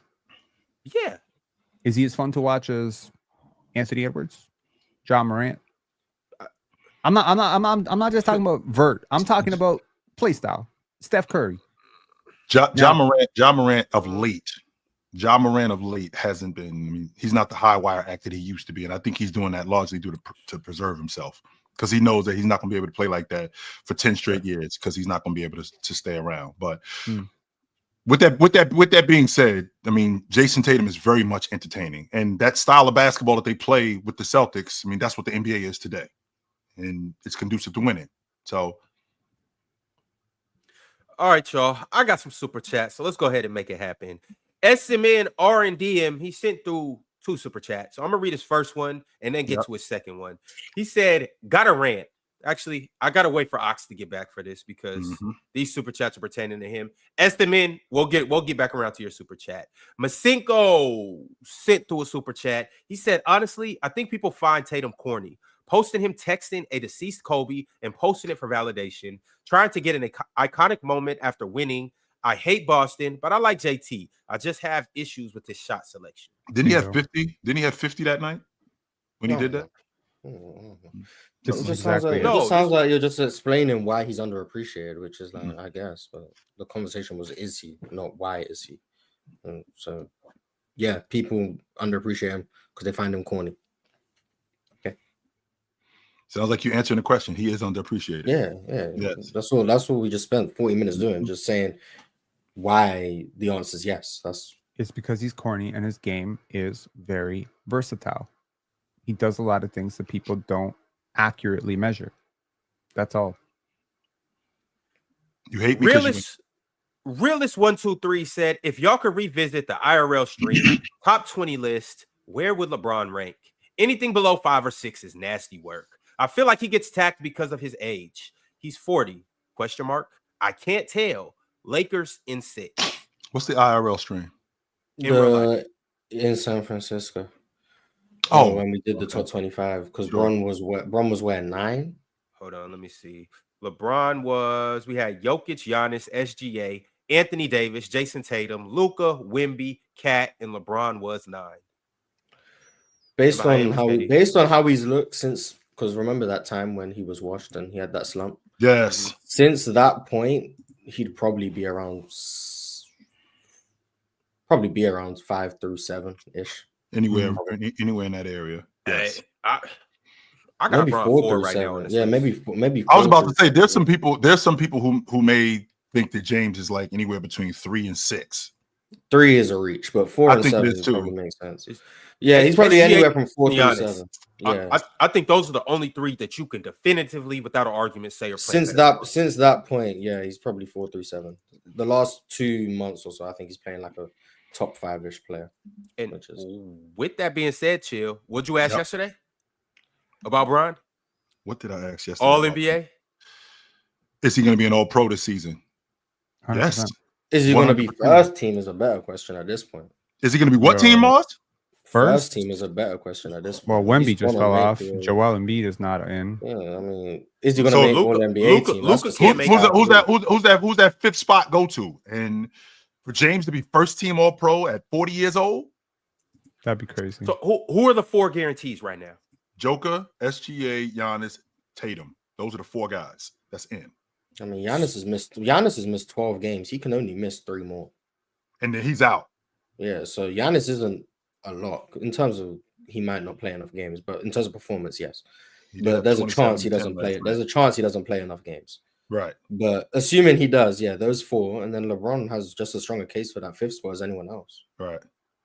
Based on how he's looked the last 2 months or so. So more than Cat for what Cat's been doing? I mean, Cat. I just don't get how anyone could think Cat's been better than LeBron. I don't think Cat's been better than Brunson, so I'm not seeing it. So I think we have a thing, and it pertains to LeBron as well. We compare players to what they used to be or their former selves, as opposed to comparing them to the league. Cat is getting more love because he's having the best season of his career. Sure. That doesn't mean the best season of his career versus LeBron in not a down year, but LeBron 40 years and old older, is better than LeBron. It just means he's better than he's been before. Like Cat having the career year does not mean he's better than LeBron because LeBron's not having a career year. Like I need to know how Cat's been better than LeBron.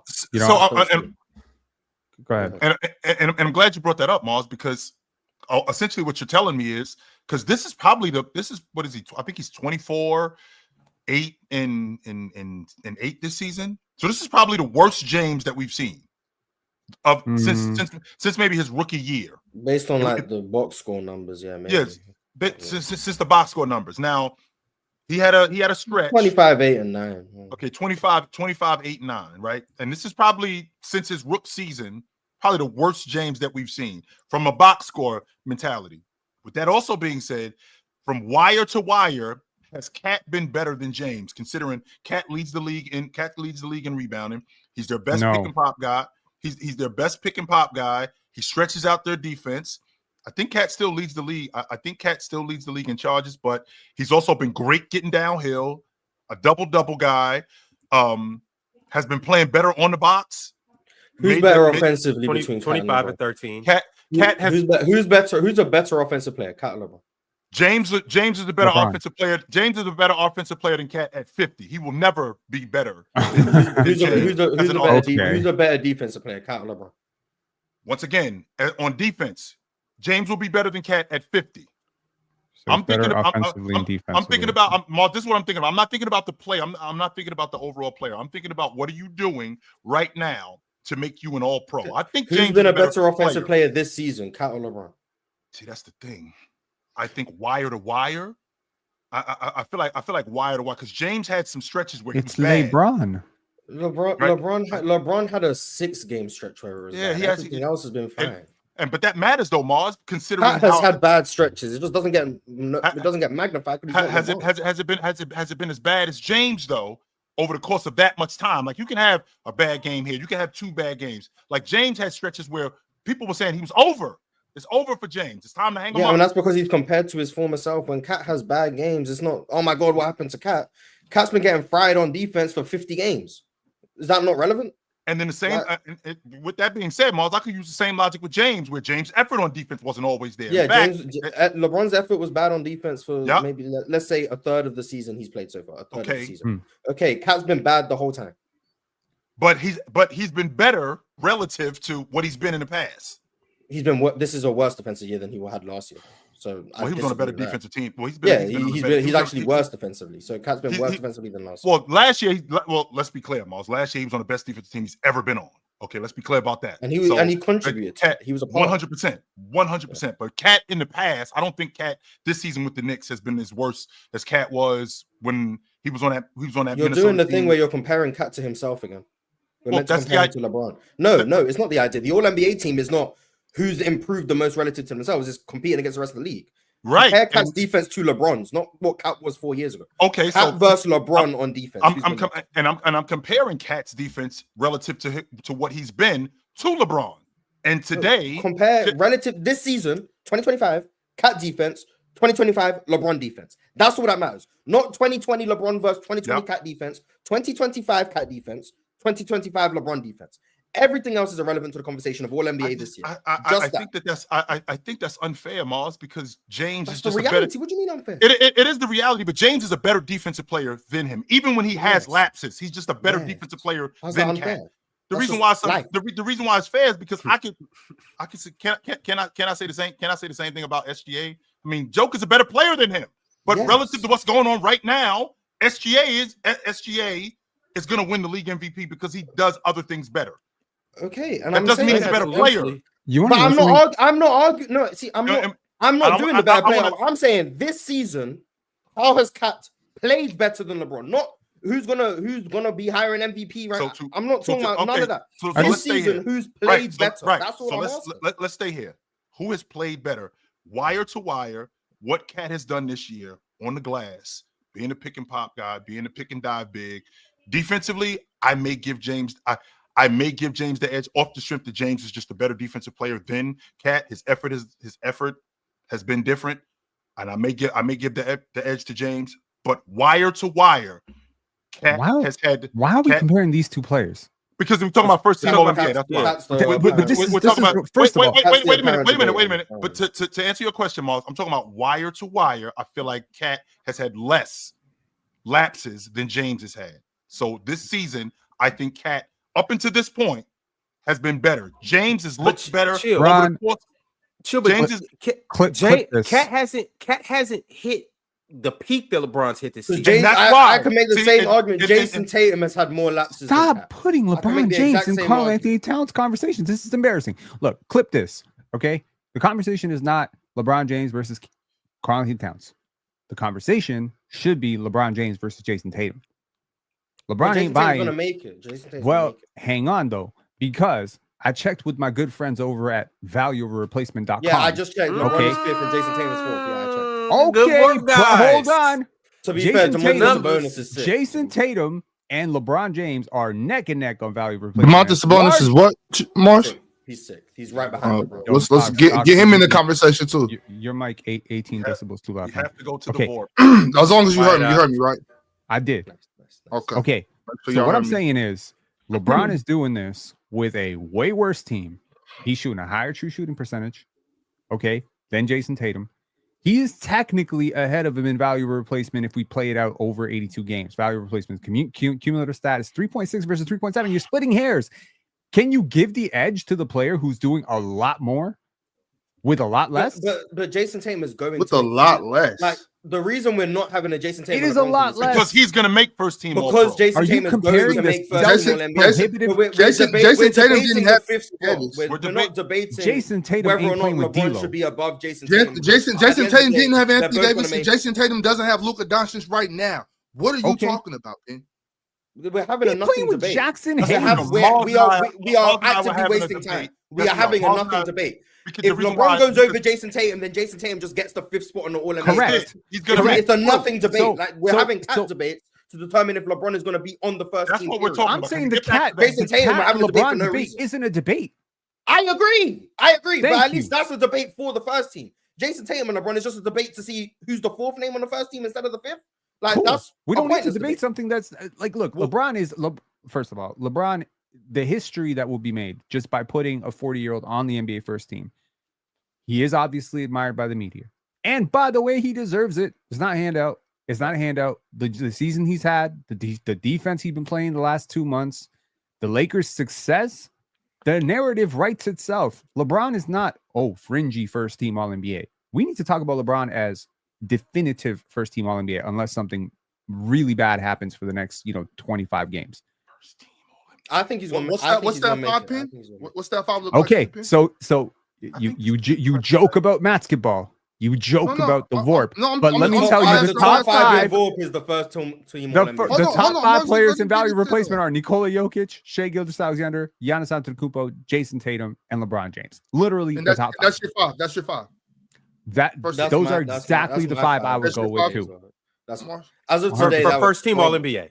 As of today, that would probably be my 5. And that's one of the greatest first team All NBAs ever. That's an amazing first team All NBA. I want to get back to what we were just talking about. We talked about Cat. So Mars, a month ago, when we were having this conversation about first team All NBA, and the conversation was between both Cat and Wemby. That was the conversation. And I had Wemby. You did have Wemby. With that being said, where was James in the conversation in terms of not even being a first team All Pro? Where was he in terms of just being an All Pro at that point? A month ago. We're at the end of February. For me, he was on one of the teams. I don't know what team. Probably the second. Probably maybe the third team. I don't know. A month ago, he was on one of the teams. But the reason why I'm asking you this is because something drastic has to happen with me for me. Yeah, and what happens is he's played like one of the 5 best players in the sport. See, that's what I'm saying, Mal.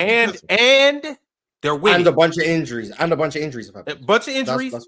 And they're winning. The Lakers are 2 games behind the number 2 seed. I think they 2 games behind the number 2 seed. Yeah, I think they won. That makes a hell of a difference. And no Anthony Davis and no Luka Dončić, and they're winning games. I go into Madison Square Garden and Austin Reeves ain't just no pushover. But for narrative's sake, I go in there with Austin Reeves and we run y'all off the court, and we win in a whole bunch of other games.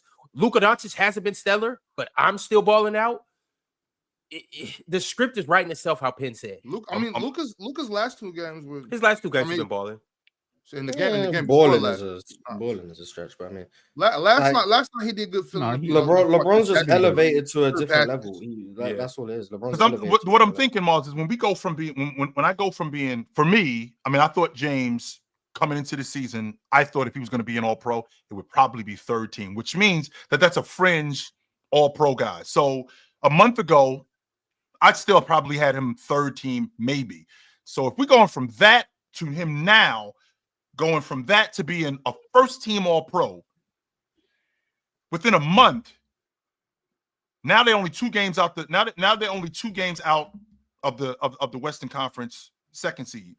So if that's the case, if we keep going this route, can we start to talk about him in the MVP conversation? Oh my God, you try to get everyone in these conversations. Jaren Jackson, then LeBron, everyone got to be in the conversation. No, the conversation is Jokic and Shea. That's it. No one else is getting in the conversation. No one else is getting in the conversation. Mars, trying to get you just told you just no one else is getting in there. No one else. Mars, you just told me the rest of the season. But Mars, no one else is getting in the MVP conversation. Why, Mars? You just told me that James. Because they're playing so much better than everyone else. So if that's the no case, one else is getting in the MVP conversation. Mars, can you just open the door, Mars? You don't need to say Ron, don't do that. Because James, why ain't he an MVP talk? Jayson Tatum ain't in the talks. Mars, come to the door. Just want to have a conversation. No, Ox, don't do that. You know why? Don't let Mars off the hook with this, because Mars crack a window. Mars crack a window. We can talk through the window. Mars just told me. No, Mars, we're not doing that. Mars, you just told me that a month ago we weren't having this conversation. Now James is playing like a top 5 player. Then he jumps from being a 2nd team, 2nd team All-Pro to definitively now being a 1st team All-Pro within a month. I never said definitively. I said he's better than definitively. I said he's better than Cat. I said I probably would have had him on my 2nd team a month ago. You said he was a fringe All-NBA player. So don't use your argument with me. I said I probably would have had him on the 2nd team because since he was washed in early December and he took those 3 games off, you know what he did? Them PEDs. We know what happened, but we don't have to accuse him. Cool. We know what happened, but it's cool. Since he came back, he's looked like a top 5 player in the NBA. Right. The defense has stepped up. The offense has been amazing. He's been great 100%. Off the ball. He's shooting the hell out the 3. The mid-range shot has been amazing all season long. But even so, what happens, Mars, if we keep this up? What happens if we keep this up? 25 games left. That's plenty of time. What happens if he keeps this up, Mars? The reality of the situation. There are 2 players, 3 if you include Giannis, but he's missed some time, so I'm gonna leave him out of this. Right. There are 2 players playing at a level that is far and away above everyone else. That is why LeBron is not in the MVP conversations, because the conversation is 2 people. It's Shai Gilgeous-Alexander and it's Nikola Jokic. Yeah, but there's 25 games left in the season. There's 25 games left in the season, Chill. That's why what you say when you say it right now today. When you say it right now today, Chill, it sounds crazy, but I see what you're saying, just based on the increase of productivity and everything he's been on. So with that, hold on, because you already yelled at us. When you put that on, when you do that, Chill, when you talk about what Bron has been doing to get him from 3rd team to 1st team, you look at that change of pace, right? Boom, you got that. You still got the last third of the season. The last third of the season. If Bron takes it up another level, and the Lakers are 2 games behind 2nd. If Bron takes it up another level with the emergence of Luka Dončić, and they do get into that 2nd seed, 100% absolutely LeBron James is going to be in the conversation for MVP. 100%. Because if he takes the lead, why is he in the MVP conversation right now? That's not what right now. No. So Chill, not right now. Not right now. Don't change what you said. You said why isn't he in the MVP conversation? Can he be down the line? Even if that's the case, assuming LeBron not only stays at this level, increases the level he's at, all that means is for 1/3 of the season, he finally played at the level that Jokic and Shai have been playing at the whole time. Exactly. No, that's not going to get him. Hang on.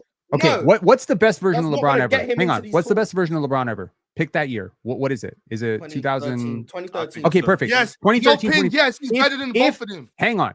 If LeBron plays like 2013 and 2014 LeBron for the rest of the year, he will still not catch and make up the gap between him and Jokic and Did Shea not right say now. he was winning it. Did not say he was winning it. I did Okay, not say that. You So just chill. trying to put everyone in the conversation. No, This I'm not is- trying to put everyone in the conversation, Mars. You Stop are. saying that.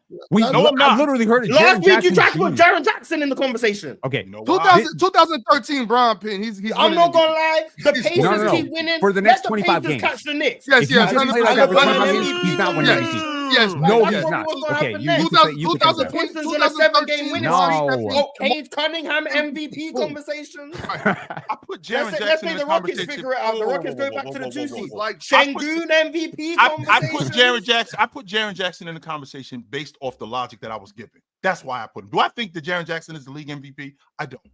I put him in the conversation. The because MVP of in the what's conversation going is on different. right We've now. established I it. said the conversation. That was it. 'Cause Mars, like you've 12 already, people in Marv, the you've already, no, I'm not saying 12 people. You've already established the difference between winning the league MVP and there being a conversation. You've already established that. Mars, I already know how you feel. So if we're having the Grammy Awards, the fact that the third and the fourth person that's nominated, you shouldn't even be in it. It's only these two guys because you sold 8 million albums, you sold 5. The fact that your album went triple platinum, we don't care about that. And the fact that yours went double, the fact that you got nominated, that doesn't matter. The fact that LeBron James, who I said from this point has just jumped in your estimation from being a second-team All-Pro to now playing like a top 5 player in the game, which, by the way, top 5 players are in the MVP conversation.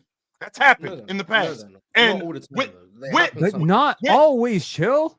If you look at league history and you look at the guy who finished 5th in MVP voting, you are going to see some pretty disastrous names. Okay, you're going to see some names that you'd never think about as MVPs. You're going to see some Andre Karolinko votes. You're going to see some Peja Stojakovic votes and Ron Artest votes. Okay, in those Jermaine O'Neal votes. Like there's but some this players. isn't that case though. The reality of the situation is that there are 2 all-time regular seasons unfolding. This Correct. season. Jokic and Shea are having all-time great regular seasons. LeBron's having a historical season too. LeBron is having not. a historical season relative to age. LeBron is having a historical year. I, Can we agree on that? 2025 LeBron, if he plays like this the entire year, then maybe he can come close to Shea. I would say that. No, because okay, the only way he comes close is if you give him the he's 40 tax, and you're like, it's more impressive because he's 40. I mean, and what's again? In order to, it's 25 games left. I They're feel like, only 2 games. Well, they're only 2 games out of the 2 seed. They aren't No, I'm not talking about OKC. I'm not talking about OKC. I'm not talking about that second seed. I'm just talking about that second seed. That's Shea's team. I mean, yes, it's Shea, but yes, that's Shea. But Bron doing what he's doing, they get to a second seed. That is okay, Mars. Miraculous. You said he took some horse tranks, like some horse steroids, whatever. Okay, so whatever he got done. If he played like that since training camp for an entire season, we are really, really talking about a very different season. Number one for the Lakers. Do you think the level LeBron's played up for the past month is comparable to the level Shea's been at this season? And that's just a genuine question. That's not a trap. Do you think Shea this season and LeBron the last? I think it's slightly below. Just slightly below. So to put this into perspective, if we went from maybe LeBron is a top 10 player in the NBA to LeBron's playing like a top 5 player, clearly he did something over the last month to bridge that gap. And what I think he did was, I think he played on the same level as Giannis or above over that last month in terms of overall impact. Giannis got hurt. I mean, I'm not saying head to head. I'm saying the level that we are accustomed to Giannis playing at. I feel like as a top 3 player, I feel like he's giving you that type of production. It's just shy of Jokic because it's not quite that gaudy and that outlier performance. It's a little bit shy of Shea, but it's in that conversation. If he'd done this for a full season, I could see you putting him where we currently put Giannis. Right now, I feel like the gap is too large. He could play the best basketball of his life, in my opinion, for the next 25 games. It will not offset the 52 games that he's already played at not that level. So for him to... it's like the simplest way to put this. Chill. Give me 1 second. Okay, the simplest way to put this is, you got MVP votes. Okay, cool. I'm gonna send 70 of them. If I have $100 to spread my MVP odds, I'm sending 70 to the great land above north, to the great north, to the country of Shea Gilgeous-Alexander. I'm sending 29 of those dollars to Serbia for Nikola Jokic. And then I'm taking $1 and I'm going to the cash register. I'm like, give me some pennies. Because I'm gonna scatter it all around the United States. I'm gonna give 2 cents to every single state. Y'all can have y'all have the field, because that's the gap. That's the gap. Tatum ain't. I mean, it's a conversation. Y'all decided to go for this not here. I think he's missed too. I think he's missed too many games. The brother can't get okay, $5. My bad. Take 50 cents and send it to Greece, and then take 1 cent and give it to every single state. There you go. You got 1 cent for Alaska. I want to make sure that I'm clarifying and I'm clear. To jump from third team, second team to being a first team All Pro, that's a big deal. You have to be playing at an elite level in order to do that. And you also need some other players to fall off a little bit. I don't know, like a Wemby injury, a Giannis injury. That helps. And you need the reality of the situation, which is the league has 4 legitimate first team All NBA defenders. 4 of them. Who this season we've all agreed those 4 are not moving. The 5th spot was always up for contention this year. It was Wemby. It was Wemby at a period. It was Anthony Davis at a period. It was Tap for some reason for some people. Like I was trying to get Kevin Durant love in that conversation. Like, that 5th spot has always been in contention. So if we're gonna be 100%, not 100% honest, but if we're gonna be realistic, the 5th first team All NBA spot is closer to a second team All NBA player than it is to the top 4 over the course of the season. Now, saying LeBron jumps from third team to that last first team All NBA spot is not a cataclysmic jump. Well, wait a minute, Mars. It's the gap between. Well, I don't know the players. It's the gap between like. You know what? And like Mars, there's a number to be able to justify. No, he is, and that's why he's on my first team. Like, and see, Mars, and those guys. This is where the divide comes with you and me, because you've said to me in the past, like the number 1 and the number 2 player, and then the number 3 player, who's the 3rd best player in the game, but there is a divide between those guys. Is that fair? And then you got the number 4 player, where there's also a divide. Can I say the same logic with the number 5 player, who's a first team All Pro? There might be a divide between him and the number 4 and the number 3 player, but there's also a divide between him and the number 6 and the 7 player. Now we're talking about, and we're talking, and again, in this particular situation, we're talking about James here. We're not just talking about not a random guy, but we're not just talking about a guy like, let's say, Donovan Mitchell or Anthony Edwards making first team. We're talking about James and the level that he plays at. If he ends up cracking first team All NBA, I'd like to think that there is a divide between him and whomever is the first pick on second team All Pro. I'd like to think that there's a significant divide between them two, especially since you just told me that the level that he's playing over the last month or so has propelled him into top 5 talks. In fact, you've even entertained the idea that he can be as close as 4. So with him being as close as 4, I'd like to think that there's a divide between me and, I don't know, the 6th or the 7th best player, particularly because over the last month, I think there has been. Over the last month, I think there has been. Over the course of the season. And again, Miles, I want to clarify. So if that's the case, and I want to expand on what I said, James being in the conversation, if he continues to play the way he's playing now, I'm not just saying right now, if he continues to play the way he's playing now, we got, what did you say, Ron? 25 games left in the regular season? If he continues to play the way he's playing now, and the Lakers continue to do what they're doing, when we get to the end and all of those votes get tallied up, I won't argue, Mars, that it's really a 2-man race, but there's going to be somebody else in the conversation. That doesn't mean that James is going to win it.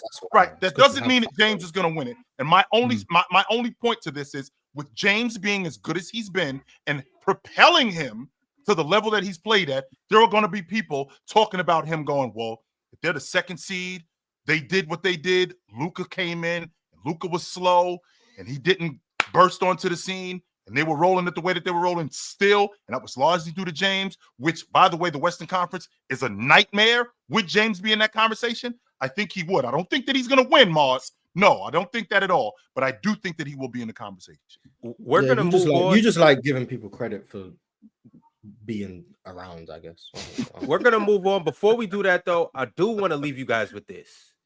In the new year, LeBron is averaging 26 points, 9 assists, and 8 rebounds. And also, too, in his 8 games without Luka or AD, LeBron is 7-1, and he's averaging 34, 8-8 on 70 true shooting percentage. That's insane. That's insane. Do what you will with that, bro. That is Shea. That is Shea level production. Yeah, I'm telling you, man, that little hiatus. Better than Shea. Yeah, it's 34, better. 8 and 8 on 72 shooting percentage. That little hiatus. I think sometimes a number can go a long way in terms of quantifying gaps, right? When we say what's the gap between 10 and 1, when we're ranking players, it's a little bit hard, right? But right now, in terms of value of a replacement, I'm sorry, I gotta put it out there. Shea is at second at 6.6, and Jokic is having an all-time season at 7.6. Those are very, very high numbers that rival the greatest seasons of all time. They're on track, both those guys, to be 50 or one of the 50 greatest seasons of all time, up there with peak LeBrons and peak Currys and peak Shaqs. Okay, those are hallmark seasons. The gap between them and the third guy, which is Giannis, is 2.6. That's 4. Huge. So 6.6, you go to 4. Then you get a cluster of players, which is your LeBron, your Doma, Jayson Tatum, LeBron, Domas, Wemby at 3.7, 3.6, 3.5, 3.2. Anthony Davis 3.1, Anthony Edwards 3.0, Steph Curry, Tyrese Halliburton around 3. So the gap shrinks, right? So the gap between LeBron, Tatum, guys like this, and Wemby, and Jokic is so massive. They're literally lapping them. That's the gap. So that's like, you know what I mean? So really, right now, to quantify this in simplest terms, the gap between Jokic and LeBron in terms of value of replacement, not as players, but in terms of value of replacement, which is going to sound real crazy, is the same as the gap between LeBron James and Patrick Williams. In terms of value of replacement, it's exactly a 4 gap because Patrick Williams what's the gap between who and Patrick Williams? So Jokic is at 7.6, LeBron's at 3.6. That's a gap of 4, right? Okay. So in order to get the next person down 4, you have to go to negative 0.6, right? Value of replacement. That's Patrick Williams. Or Jamal Shea. Pick one. I mean, you got the value of like exponential increase and stuff. So like it's harder to be a negative warp than it is to be a +7, if that makes sense. Yeah, so, I know. That so like there's a massive flaw there. Is different. Yeah. So I get the point. I get the illustration. Yeah, it's probably closer to say the gap between LeBron and Jokic is the same as the gap between LeBron and Cameron Johnson, or LeBron and Jaren Jackson Jr. I don't know, something like that. Like it might be bigger. It's just, it's just like to say 1 and 2 are there, so 3 should be in the conversation. It's like, bro, sometimes it's not a 3-person race. It's like if 2 guys, you know what I mean? Like you're on the track, you're running. If I'm on the track with Usain Bolt and Tyson Gay, just because I was in the race, exactly, doesn't mean I was. Whoa! Wait a minute, Mars. You were in the race. You did come in 3rd, though. It's not like you just was running. He wasn't in the race, Chill. He died on the track. They're not Usain and don't get me wrong. Bron is Mars. Like, come on, like them dudes are significant. Them dudes are significantly better. I won't argue that, but it's not like Mars. You came in 3rd. You came in like 8th or 9th place. No, because there weren't 7 other people. My God. And don't I know we got to keep it pushing. Before we do that, 8 minutes is crazy. Sorry, behind 8 minutes is ridiculous. Like, don't forget that the PCL March Madness is starting here very soon. You guys have an opportunity, the fans, the viewers, the NBA community, to come up here and go toe-to-toe with the GOATs like Chilltown, Mars, Pirate, Casual, Dion from Ohio, Jack Cody, guys like that. You have an opportunity to come in and stake your claim in this $5,000 cash prize. All you have to do is scan this QR code and sign up. And when you do your video and submit your application, give me legit logic why you deserve to be up here with the GOATs, competing for this $5,000 cash prize and the PCL belt. And you might just get in. But once again, you have 24 hours to do so because at 12 p.m. Pacific time, 3 p.m. Eastern, tomorrow, applications close. So get it in while you have the opportunity. All right, y'all. It's a couple things that I want to show you before we get back to these super chats. Obviously, last night we had a great vengeance game, if you will, with the Lakers and the Mavericks. But there's a couple more games that everybody should have circled on their calendar that are coming up here soon. Let me show you guys. So last night, February 25th, we had the Mavs at the Lakers. But on April 9th, we get another treat. We get the Lakers at the Mavericks. And obviously, that's the game where Luka returns back to Dallas. And we all can't wait to see that. April 9th. Man, we got some time. They're gonna be resting everyone by that point. I was just about to say. I don't know if Luka They gonna ain't. sit. I playoff don't know if gonna Luka gonna play. sit. And the Depends on- Mavs might not have an opportunity to rest anybody with where they at. The playoff race. I mean, Mars. It's if it's going. And the way that's it's the going- Lakers on the back end of a back-to-back. Yeah, they damn. resting. They resting for Well, wait a minute. Who do they play on the front end? of the back-to-back? OKC. Hey, well, Bron might be rested. I know Luka gonna play, but we'll just have to see. We'll see when we get there. But that is a game that we all want to see. Also, playoffs. we have the Warriors at the Heat. Jimmy Butler going back down to South Beach, March 25th, and then obviously Andrew Wiggins playing against his former team. I was actually thinking That's of a going game we to that can't wait game. to see. It's gonna be I a was actually 50-point blowout. I was actually thinking of going. They're to gonna that. destroy them. Who, the Warriors? Mm-hmm. The Warriors are 7-1 with Jimmy Butler. I Yeah, told they y'all. rolling. Mhm. Told They y'all rolling. Jimmy Butler wasn't Kuminga's washed. back Thursday, I think. Yeah, tomorrow, I think. So that's helpful. The next game we have. Yeah, BC, let's go. Move on. Let's get it, baby. It was already. Next slide. It already happened. Next This is a game. slide. Giannis got Already out. happened. Get Don't no Kyle one care. Kuzma. Don't no one care. Kyle Kuzma is to this graphic what Mars was to the race with Usain Bolt. Like, get him off. the screen. Man, all right. Ain't Haters no gonna one hate. care about this. No one cares. Haters gonna hate, man. And then we had this game, obviously, and then we got these Spurs and Kings games.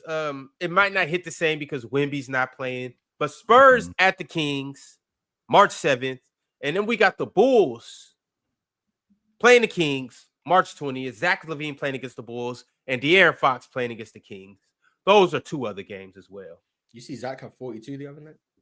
He did? Did they win? Yeah, he was chain They snatching. won by 50. They won by 50. Oh, Zach was chain snatching. Against Yeah, Charlotte. He went 8 for 9 from 3. About to do the same I thing think tonight. he's the first. I think he's the first player to have 40 points and 100% true shooting. He's done it twice. Shout out Zach. So I think Charlotte. But see, that's the thing, though, Mars. That's the problem. See, he missed some shots. You can't be 100%. well, he wasn't Yeah, 100%, but he was. But he was 100% true shooting. Right. That's what I'm saying. That's just not possible. But he was generating more than a point per possession on his shots. 2 points per possession on the shots. L what ox? L what ox? Hell, But, man. but that's how it happens. Like, if a shot is usually worth 2 points, if you generate more than 2 points per But shot, a shot isn't usually worth 2 points. but the reason, let Mm. me explain this. Well, Please. I'm not explaining. You understand? You're being Right, difficult. I get, but no, I'm not trying to be different. I am trying to be. It's a measure of difficult. because it's a measure of efficiency and not accuracy. You can miss and still be more efficient than someone who didn't miss. You know what I'm saying? You can be less accurate, but more efficient. I understand where you're coming from. I get that, but it's still wrong. He's not Right. being difficult. But it's not wrong. being It just depends on what you're measuring. facetious. It just The depends. word It is just depends. facetious. It just depends on what you're measuring. If you're measuring efficiency, you can miss and still be more efficient than someone who doesn't miss. That's just the reality of the situation. That's not wrong. That's just the definition of efficiency. All right, No, so it's because- one more thing that I want What do you to. mean no? That's the truth. It's one more thing I want to bring to the table. We spoke about this guy. He's having a historical season on the defensive end. And this is Dyson Daniels. Hmm. In the NBA this year, he has, first off, he's averaging 3.1 steals. He's on pace to be, I think, the first person to do that since the 90s. I can't remember the exact player, but he's on pace that it's been a very long time. Yeah, it's been a very long time since somebody's averaged 3 steals over the course of a season. This year, he leads the NBA with games with 3+ steals at 31. He leads the NBA with games with 4+ steals at 21. He leads the NBA with games with 5+ steals at 11. He leads the NBA with games with 6+ steals with 7. And he leads the league in games with 7+ steals with 3. And he just did that the other night. He had 7 steals. That was against the Pistons. Mm-hmm. I wonder who knew Dyson Daniels was good. You did. Crazy. You did. Boss. Some of his steals be fake though, but he for sure all defensive first team, right? Especially with all the injuries and stuff. Yes. Yeah, like he 100%. has to make. So that's because Wemby in fact, in fact, Mars. Say it, let's Chill. take it a step further. Say it. Yes, sir. Say Yes, it. sir. 100% he is. I mean, he's And- someone who I could actually be like in the conversation. I actually think he and I literally just had this conversation. I think we have to stop equating guys who get steals like they don't play defense, because guys like Steph Curry and Magic and Iverson led the league in steals. Guys who get steals play defense. Michael Jordan led the league in steals. John Stockton led the league in steals. Alvin Robinson led the league in steals. Sidney Moncrief. Right. So we don't do that. When people bring up what I'm saying, Ox, is that I have to listen to people when we talking about guys being the steals leader. Well, what does that really mean? Because they equate it with immediately guys like Steph Curry led the league in steals, James Harden led the league in steals, Magic led the league in steals, like they don't play defense. Dyson Daniels is one of the better on-ball defenders in the game. His hands are some of the busiest that I've ever seen. He's great at it. He's a really good. I'm going to take that back. He's a great anticipatory defender. He's great at beating guys to spots. He stays on balance. He's smart. He doesn't foul as much. He keeps the ball away from guys. He's an elite defender. I don't think he's a good defender. He's an elite defender. And the fact that he's one of the steals leaders, that shouldn't take away from the fact that he's a great defender. In fact, that should compound the fact that he's a great defender. And him being in the defensive player of the year conversation is legit. You want me to poke a hole in this? Please. Go ahead. Pop the balloon, Pin. Okay. What? Wait for it. Wait for it. We're gonna pop right now. Okay. Luka Dončić averages more steals on his career than Jayson Tatum. See what I'm talking about? Mic drop. That's what I'm talking. See what I mean? Luka's a better defender. This is what I'm talking about right here. This is exactly what I mean. The fact that Luka averages more steals and this is he had 3 steals and 2 blocks last night. He's about to have an existential crisis. Yeah, and the reason why, Penn, is because I have a difficult time when it comes to this kind of stuff, because it takes away from how good guys are and actually what they do, right? So when I have to listen to, and I've said this, you just told me if you get steals, that means you're playing defense. You are playing defense. 100%. But you also told me that Luka was like the worst defender in the NBA. It's a form of defense. But I don't want to. Here's the difference, though, Penn. I don't want to equate guys who get steals to guys who don't play defense. Just because you are. I understand the argument. But just because you're getting steals, that doesn't mean you're not playing defense. Because there's other. But if you get steals, that means you've done something on defense. Like yes, you have. You've turned the ball up. But you can be a bad defender. You can be a bad defender and get steals. You can be a great defender and not get steals. You can be a great defender and get steals. You can be these are how many years, Mark? Steals don't correlate to how good of a defender you are. Some great defenders don't get steals. Some bad defenders get a lot. Some great defenders get a lot of steals. Some bad defenders Clay didn't get a lot of steals. Clay didn't get a lot of steals. It just doesn't. It doesn't. Steals alone don't prove anything. Like that's all it is. It's like Dyson Daniels is a great defender, not because he leads the league in steals. He's a great defender who also leads the league in steals. I want to highlight that. The fact that I do lead the league in steals, that does matter. But I don't want that to overshadow how good of a defender I am, and I don't want to be put in the same conversation with guys who did lead the league in steals that aren't defenders. Because just so you know, Penn, these are how many years Dennis Rodman led the league in steals. 0, not one time. Great. He was I got to give a little pushback. I got to give a little pushback to that statement, Mars. Just because I've felt that way before. I felt that way before. Just about getting steals don't make you a good defender. Just that part. That part. Okay, But hear me out. Because I've also been like, you getting steals, but you're not sitting down. You're not getting in the stance. You're not moving in front of nobody. You're just playing passing lanes. Now, I will say that if I'm getting enough steals, it has to be an amount of steals that are changing the course of the game. You know what I'm saying? Like in opportune moments, specifically like down stretches in the 4th and 3rd and whatnot. If I'm getting big steals, Kyle Lowry type steals and charges and stuff like that, those type of change of possessions. If I'm getting something like that, and that's all I'm doing, you're all right on defense. You know what I'm saying? Like because when I get this steal, I'm taking the ball from you. You don't give them an opportunity to score. The most valuable thing you can do on defense is not let a team get a shot. Right, and so that's my point. Like, if I am getting steals and you got to stay in the stance, I might be like, well, shit, I don't got to do that. I'm just waiting for him to pass. I'm anticipating passes. That's what I do On defense, I anticipate passes. I get tips. I get steals. That's all I'm doing. I'm coming around to the thought process of I am playing defense. No, you're playing defense. It's a form. It's a form of defense. It's just you're not. Defense is a all-encompassing thing. It's like offense is an all-encompassing thing. You can be a really good passer and not be an amazing offensive player.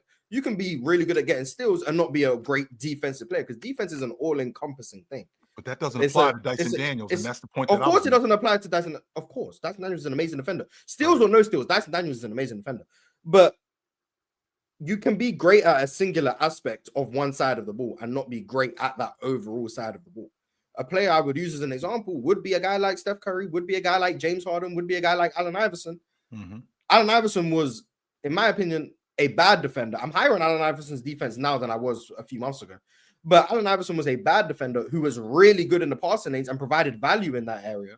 But that value alone wasn't enough for me to say he was a good defender. But he was a very good passing lane defender. And that was the role he was in. So he provided positive value in that area.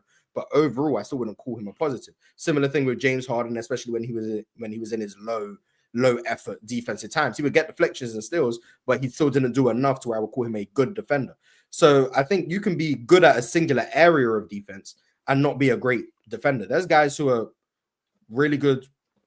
The only thing they're really good at is guarding in isolation. That's it.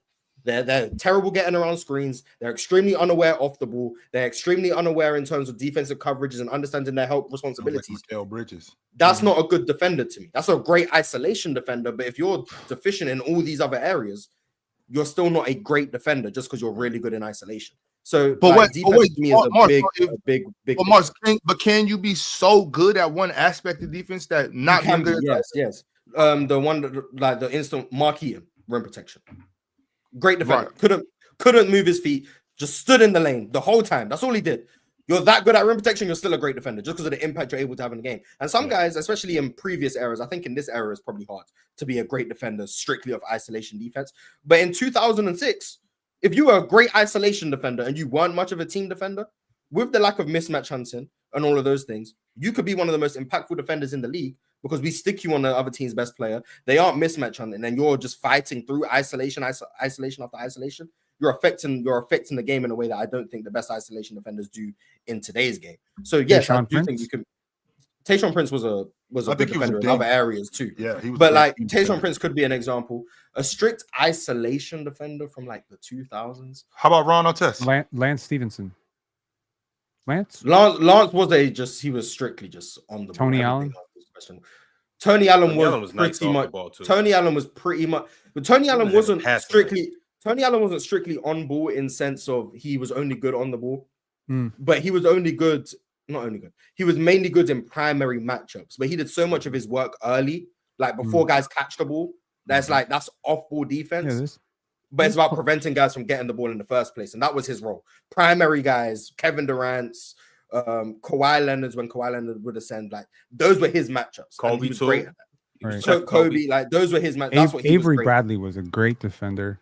I'm thinking there's a lot of good defenders. I think the conversation around individual accolades or individual stats and defense is always a little bit tricky for me because I watch so many defenders get steals and blocks as recipients of defensive help, right? So, for instance, if I'm Kevin O'Neal and Larry Brown or whoever's designing the Rick Carlisle designing the early iteration of the Pistons defense, right? Yeah, I'm funneling players through great perimeter defenders towards Ben Wallace. Ben Wallace is racking up blocks. I get no credit on the box score for doing my job containing that player, pushing them baseline, and forcing them into an awkward angle, right? But he's going to get 3.5 blocks per game. Now, he deserves those 3.5 blocks because he was there. But don't I get some credit for that too? You do. Similarly, statistically, no, but by people who watch the games, yes. Exactly. And that's the thing. Less people watch the games than ever with the critical eye. When a guy gets a steal, right, like a Dyson Daniels or whatever, maybe not Dyson Daniels specifically, because I think Dyson is a beastly defender, but there was a gentleman from Minnesota by the name of Gary Trent Jr. who played in the Great White North. And I had this entire fan base telling me, Gary Trent's a great defender because he got 1.8 steals, 1.7 steals, 1.10, and 9 steals. We had that conversation on this panel about Gary Trent being a good That's amazing because I was very firm that he was the worst defender in the Raptors starting lineup that year. and I thought he was horrible. But he was a recipient of the pressure that OG and Scotty were putting on players, and he was just gapping the passing lanes. He was always on the weakest. He was not the lockdown. So I think there's so many conversations that need to happen about defense from a team perspective. Like when you think about who has the hardest matchup every night, who has the hardest job, who has the hardest job. I don't know why I said Job. Who is the person doing the most efficiency saving thing defensively?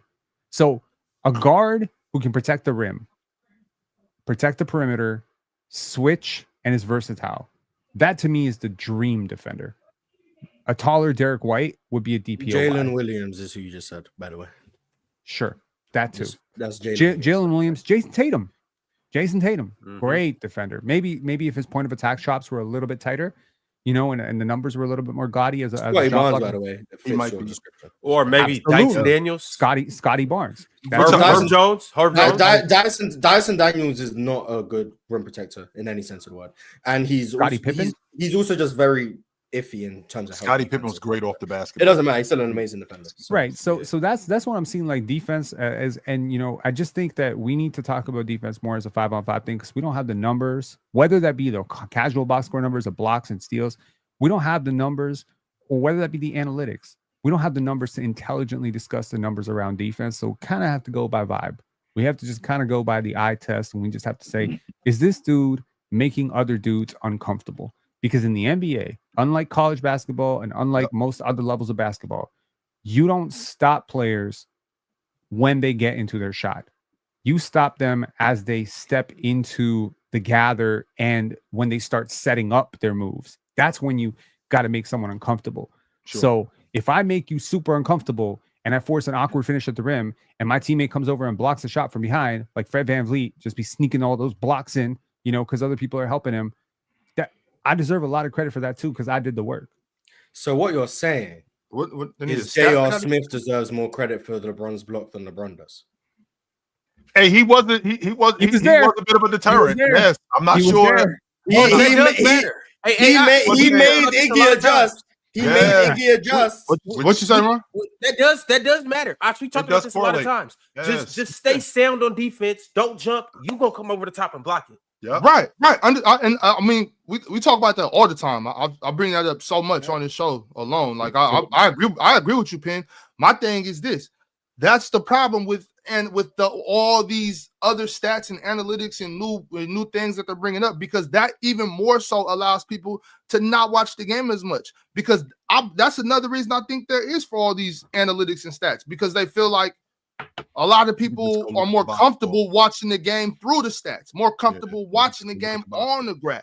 And so now it's even more people that aren't understanding what you just broke down, Penn. It's more people that don't get to see that. Until there is a stat for that, a number for that, that's not going to be appreciated. One of my best friends is exactly what you just said, Ox. He's a guy who has told me, quote, all I need to do is look at the box score and it'll tell me everything that I've seen. And I'm like, no, it doesn't. No, it does not. Friend? Yeah, he's one of my best. This is how I actually. Yeah, I mean, you can have friends who aren't knowledgeable about everything. This is how be a basketball friend. Yeah, this is how I will abandon you at the train station and leave you. By yourself. This is he. All I need to. And he's older than me, by the way. And he said that to me that all I need to do is look at the box score. Well, the reason why y'all lost is because you weren't prepared for the 18 that came off the bench from this guy. And I'm like, okay, no, that's not the reason why they lost. No, don't get me wrong. This did attribute to it, but that's not the sole reason why they lost. So don't get me wrong. I can appreciate the production, but yes, we do have to watch games. And when I watch Dyson Daniels, to your point, Ron, when you're talking about a guy averaging 3 steals a game, that's on a Tuesday. That's not talking about deflections. That's not talking about 5 or 6 steals that I had in the game. That's not talking about how disruptive I was as a point of attack defender and how now I'm pushing my perimeter defenders. I'm pushing them up because now with me being in the passing lane, that lead guard, he's more prone to go away from me because he doesn't want anything. It's kind of like Deion Sanders when Deion was playing cornerback. He split the field in half. So now you want to go over here, which now makes me as a defender, I'm going to play even higher because you only have one side to go to because you're not going to go over there. So there's an art and a science to basketball. So I feel like maybe over the last 15 years, more people have leaned towards the science than the art, and the art is sort of suffering, right? But yeah, you need better friends, Joe. I mean, All right, y'all. I'm kidding. We got That's super good, chats to though. get into. Yeah. My man SMN RNDM sent through 2 super chats. I'm gonna read both of them. He said, "I got a rant. Not saying Luka was great, but he was okay. Playmaking was a double plus. Also, Mavs made a point to not let Luka take over. A couple times there were 4 defenders around him when he attacked the basket. Box score watcher. Now the rant. Kyrie said yesterday about the American culture is degenerate. Was what Kyrie said about the American culture being degenerate was so true. Ox and Jordan spent 3 hours yesterday on playback shitting on Luka. It was disgusting. It wasn't even criticism. It was pure malice. Disgusting. Do you have anything to say, Ox?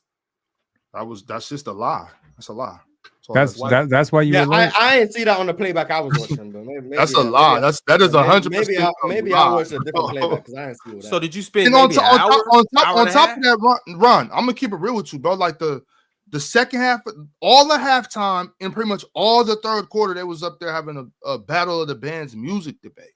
Like there was probably like What? there was probably like 30 seconds of basketball talked about. And you know what I'm saying? It was all we was talking about. We was talking about music, bro. I was sitting there. We was watching the game. The fourth quarter, we really locked in. We were giving Luka credit for, you know, some great assist he made that put him on a little run. Like we showed Luka some love. He made like 4 great, really good reads, good passes, got his team some very timely buckets. He had a good game. I mean, yes, I'm saying, like, I don't think we were hating on Luka. And then PJ Washington moved by him, and then he let PJ Washington. And when that, I think that's what it was. When that happened, I kind of, you know, I went on for like 30 seconds, like, oh my god, you know, I did what I did when Luka doesn't play defense. And if that's what he's talking about, then okay. But he said 3 hours. I ain't see 3 hours hating on Luka. You guys spoke about swiping more than you spoke about Luka, but you know. Well, I can guarantee y'all one thing. Tonight, we're not going to be doing no hating. And tonight, we're not going to be talking about the battle of the bands. There won't be no music, cartoon talks, or whatever y'all was doing on the last playbacks y'all been on. I know, chill, y'all had a battle of the Vixens. We won't be doing that on our playback. We will be strictly talking about hoop tonight. We got the Rockets and we got the Spurs. Y'all pull up. It's going to be a hell of a playback tonight. I don't know why. I don't know how. I just know it will be. You dudes in the chat, I don't really pay much attention to the chat, but you dudes in the chat, do yourself a favor. Go back to 1995 and go take a look at a picture of Sally Richardson. That's all I'm going to say. Okay. Low down. I picked up what you put down. Okay. Low down, dirty shame with Keenan Ivory Wayans. Go take a look at Sally Richardson. That's all I'm going to say to you guys. Speaking of low down, dirty shame. Watch the low down, dirty shame. That's it. But yeah, bro, that's all I got to say about that. We was definitely not hating on Luka last night. I was just watching basketball, and then they start talking about Drake and Tory Lanez. Biggs with the super chat. He said it's time to have an uncomfortable conversation about AR-15. Dude can flat out ball. What if I told you 2 years ago that Austin Reeves would have the same averages as Ja Morant while being a third option? It's completely different. I'll tell you that Ja Morant regressed. I don't think he regressed, Mars. I just think he's playing a different brand of basketball because I think he's trying to preserve himself. Well, I don't think he's playing a different brand of basketball. I think that he knows the way that he played basketball, that he can't play that way and hold up for 10 years. He just can't. His body won't allow him to. The way his he was head was playing at the rim yesterday, so I mean, it was. And how often are we seeing? I'm not seeing that a lot from him. I don't see the reckless play from Ja today that I saw 2 years ago when he was attacking the basket regularly and doing that kind of stuff. He looks like he's more of a distributor, more of a playmaker. His jump shot, I mean, what was he like 1 for 12 yesterday on the long ball? Something like that. I find him shooting more jump shots lately, and I think that that's largely due to him preserving himself and, you know, not being as reckless. Kind of like what Dwayne Wade was doing when Dwayne Wade played with the Miami Heat. Like, I got to change my game. Otherwise, I'm not going to be around. I'm not going to be around long. The thing with Austin Reeves is, like, y'all are shocked because y'all might not have known him at Oklahoma. Y'all are shocked because where he was drafted at and all of this. Well, undrafted. Ox, you remember we watched Austin Reeves at Oklahoma? You saw this? Hell coming? yeah, I didn't think it was going to be. I didn't think it was gonna be this good. Pin, not at all. But I was shocked when he didn't get drafted. I thought Austin Reeves was a certified NBA player. I was confused by that. I thought he was the first round pick at Oklahoma. Yeah, that's how good. And this is the year before he got drafted. This is his junior year. No, we was really high on Austin Reeves back in when he was in college. I did not know he was gonna come and do this. I thought he was gonna be, you know, a 6-man, you know what I'm saying, a good bucket, something like that. Yep. But Austin Reeves was nasty at Oklahoma, y'all. Didn't he go to 2 different schools, Ox? I know he went to 2 different schools. I only remember him from Oklahoma. I know he went to Oklahoma, but I know he went somewhere else. But to combat your point, my question is what would Austin Reeves look like if he now had different coverages, if he had the same coverages that Ja was dealing with, if he had the same coverages as a number 1 or a number 2, what would he look like? Let him shoot? Well, wait a minute. I mean, that's the coverage. Okay, let Ja shoot right now. But I'm talking about Austin Reeves is not getting doubled. Austin Reeves is not. Neither's Ja. Well, that's because that's because I feel like Ja's jump shot has gone the other way because he's changing his game. I do. I think Ja was heavily. I think Ja heavily relied on getting to the basket, and I think this season he's become more of a jump shooter, and I think he's playing his way into being that. But the point that I'm making with Austin Reeves is if Austin Reeves, the coverage with him was him getting double teamed more, him having to be more of a playmaker, him having to see different coverages like that, what would he look like as opposed to running alongside of James, running alongside of Anthony Davis, where he's the third option? I think about guys like Michael Irvin, and I think about what was his name that played with Michael Irvin with the Cowboys. He was the third option. He looked awesome playing with Troy Aikman and Emmitt Smith. The minute he got to Tampa and he was the number 1 option and he got to see number 1 cornerbacks, Alvin Harper is his name. We completely forgot about him. Completely. Ja's not seeing crazy coverages. He's just not. The only crazy coverage is when he drives and they collapse, I guess. But on the perimeter, I'd argue Austin Reeves actually gets more attention than Ja Morant does. Teams are actively just letting Ja do what he wants from 20, 22, 23 feet. Just whatever he wants. The issue with Ja is that they don't run pick and roll anymore. That's what I think. They don't do that nearly as much as they used. They don't run pick and roll. So they're asking Ja to either spot up, which he's bad at. Teams aren't worried about that. They're asking him to play without an advantage, so he's having to drive, just beat his man 1-on-1. And then when he does, is kick, move, rotate, and then comes back out to Ja for a 3. Yeah, like he's just the scheme just doesn't lend to Ja's skill set. But in terms of coverages, you put Austin Reeves in that system, I could argue that he looks better. Like, it's not, I don't think the coverage is the difference between them at all. And I would argue you put Ja on the Lakers, he looks worse than Reeves does. I don't think that means Austin Reeves is better than Ja. I don't think that means Ja is worse than Reeves. I just think the situation isn't really an argument to me for this year anyway. I just think Ja's not in a great situation. For himself. Austin's in the perfect situation for his game, his play style, and what he can do. A dude who kind of does a little bit of everything, but more so offensively. A dude who can shoot. I can catch and shoot. I can play make. I can get others open. I can score. Like him, just sandwiched in between Bron and Luka. And I like when they go to the lineups where it's either Bron out there or Luka out there, and then basically Austin Reeves is now the second option with either of those guys. Like that's the perfect situation for Austin Reeves. He could really get busy and play alongside those guys. But if he wants a bigger role, I would love to see him in Detroit next to Cade. That'd be smooth. I would love to see that. I like that. Nice. You got Asar, Jalen Duren. Got to keep some shooting out there. But like Cade and Austin Reeves is the secondary ball handler next to Cade. Like if he wants that bigger role to like see what he can really do, I'd like to see that. That'd be interesting. He'd even help Cade too, though. Relieve. I was about to say that. Yeah, that's what I'm saying. Like it's a good tandem. Yeah. So I would like to see that. Not like I'm hoping he leaves LA. I was like, if he wants that for himself, that bigger role, that bigger opportunity, I think Detroit would be like a good situation for him to go and do that. And on top of that, to your point, Mars, I mean, the willing distributor and playmaker that Cade is, I think that would enhance his game. And I feel like vice versa, because I think that Austin Reeves, I don't think that people give him enough credit as the distributor that he is. He played really well off of Anthony Davis. So I think he could do the same thing being with Jalen Duren, being a lob threat at the rim and also creating shots for Cade Cunningham. I didn't think about that, Mars. That's him being in Detroit. Yeah, that's really good. And to this dude Big's point, it's periods, hence the term being the guy. Can you read the super chat? It said, nah, chill. It's periods in the game when AR is the primary threat and ball handler with no LBJ and he still balls out. Periods is different than actually doing it continuously. Periods only means for a short period of time where then these other guys take over. Ja is the primary ball handler, and I can appreciate your logic, Miles, with Ja being the primary ball, with Ja being in that system, he would look worse with James because you got two other ball handlers in both Luka and James.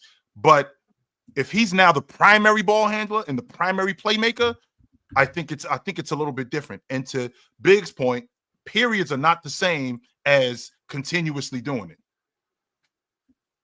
Esteman R&DM had a response super chat to his last one. He said, fair. I apologize. To be honest, I got pissed with some of the things y'all said and was very on and off. Also, my problem was mainly with Jordan. He definitely was hating, especially that rant at the end of the game, calling him garbage and shit. Now, remember who ran the miss. He was a Luka guy. So, you know, when you're talking to dudes about their guys, they have a tendency to be a little bit blinded by things. Prime example, my man Penn over here. Like, let's start talking about Scotty Barnes and his lack of help on the defensive side of the basketball. I gotta put my dukes up, boy, if I talk to Penn about Scotty Barnes, because it might get a little different. Yes, sir. Lack of help.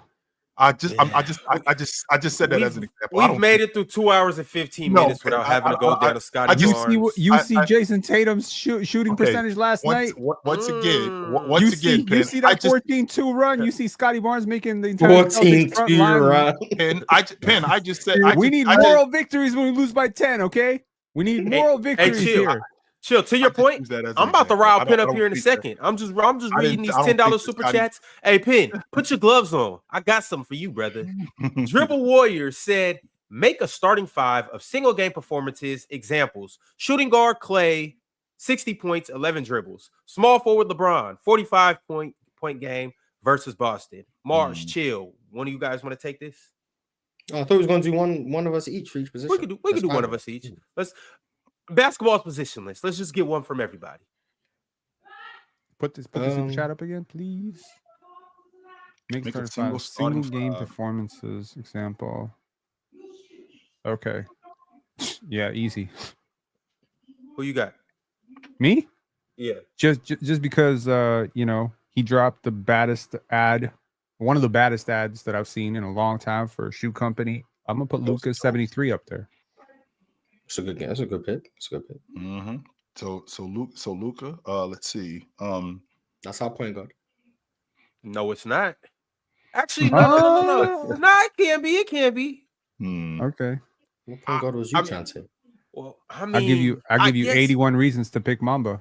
I guess I'm gonna go with. I don't even our think center. that was his best game, to be honest. Oh, you about to try to put Magic Johnson? I'm gonna go with our center. Hey, Game 6 NBA Finals, 42 points, 15 rebounds, 7 assists. I mean, rookie. I gotta go with it. Give me Magic. Okay. At center. Let me. So I'm gonna go with the true point guard.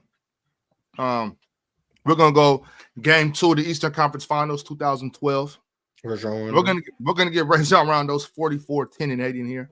Playoff Rajon against the Miami Heat. Go ahead, Rajon. I mean, he wore. I'm not gonna lie, Rajon. Not a bad pick. I mean, it's fine. 40, didn't he, Ron? There's only 5 picks, and we still got for 40. I mean, we got so many. Does anyone be like, there was Jordan 63? It was the same answers that everyone else. It was against the 2012 Miami Heat Eastern Conference Finals. No one's here to hear us talk about the same answers. Anytime you deviate from the script, what's the point they of get asking? real mad. What's the point of like? Then he could have said it himself. Let's see what the chat says. Whatever. Jordan 63, cool, whatever. Like, if I say 100, it looks like they agree with us. It looks like they agree with us. I guess like people don't watch PC to hear the same takes they hear from everyone else. Like they're not here for that. Give Rajon Rondo some love. That's what we're about. Giving Rajon Rondo some love. So ain't that the series where D Wade almost tore Rajon Rondo arm off? That's how they end up winning that series. No, I don't know if that's how they ended up winning the series, but man, I'm gonna take. Let's see. You got your. I was thinking about my 5 man. I was thinking about Shaq when he put 61 on the Clippers on his birthday. Yeah, but the Clippers sucked. The Clippers. Yeah, sucked. the Clippers was bad. I'm gonna go back and I'm gonna go back in time a little bit. I'm gonna take Scottie Pippen putting 50 on Jamal Mashburn, who put 50 on him. He came back and did that and put 50 on him. There was a game I watched maybe a month or so ago. I want to say it was from '86, Hawks Celtics. Dominique was going crazy. I don't know what game it was. I'd have to look it up. Dominique was going crazy. That was an interesting game. I want to say KD game 5 against the Bucks. KD game 5 against the Bucks. That was the toe game. Is that correct? No, that's game 7. That's game 7. Oh, that's game 7. Okay. No, he won that game. He won game 5. What are you talking about? He won game 5. He had 49, 17, and 10. I think. Yeah, he got busy that night. Yes, But he did. Dame against the Nuggets when he made 12 threes. Had Austin Rivers praying for a miss. That was crazy. Yeah, 56 that night. CJ McCollum stepping out of bounds. But I've heard 2 point guards named, 3 point guards named, and a small forward. So I'm gonna go with a big.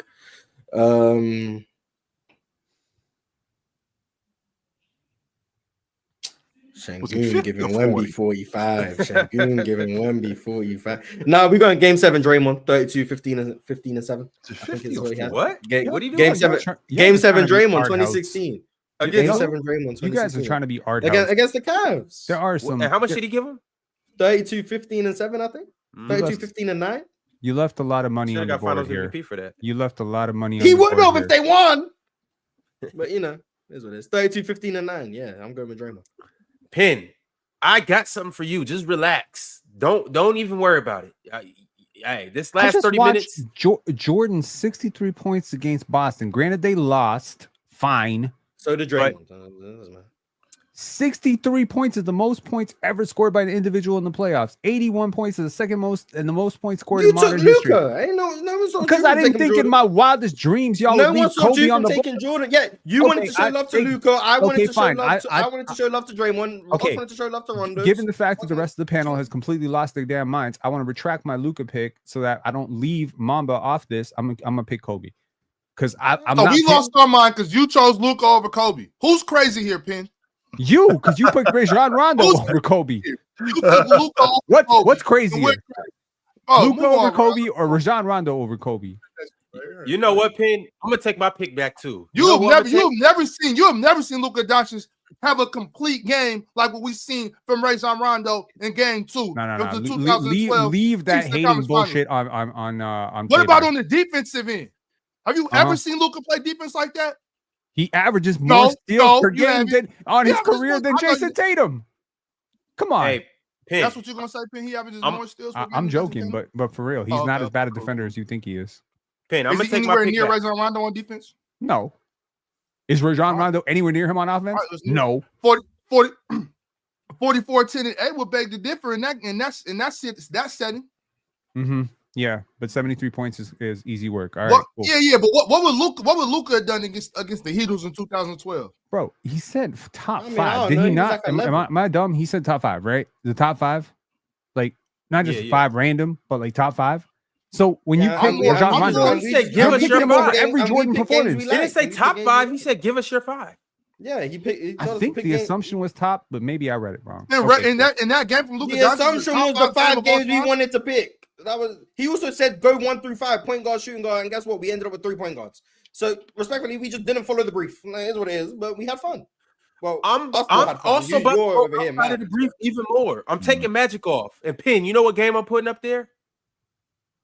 Scottie 58 performance, 15 points against Philly. 58 points. Buckets. What Darryn Peterson gave to your man AJ Dybantsa. I'm going with that now. You went to high school?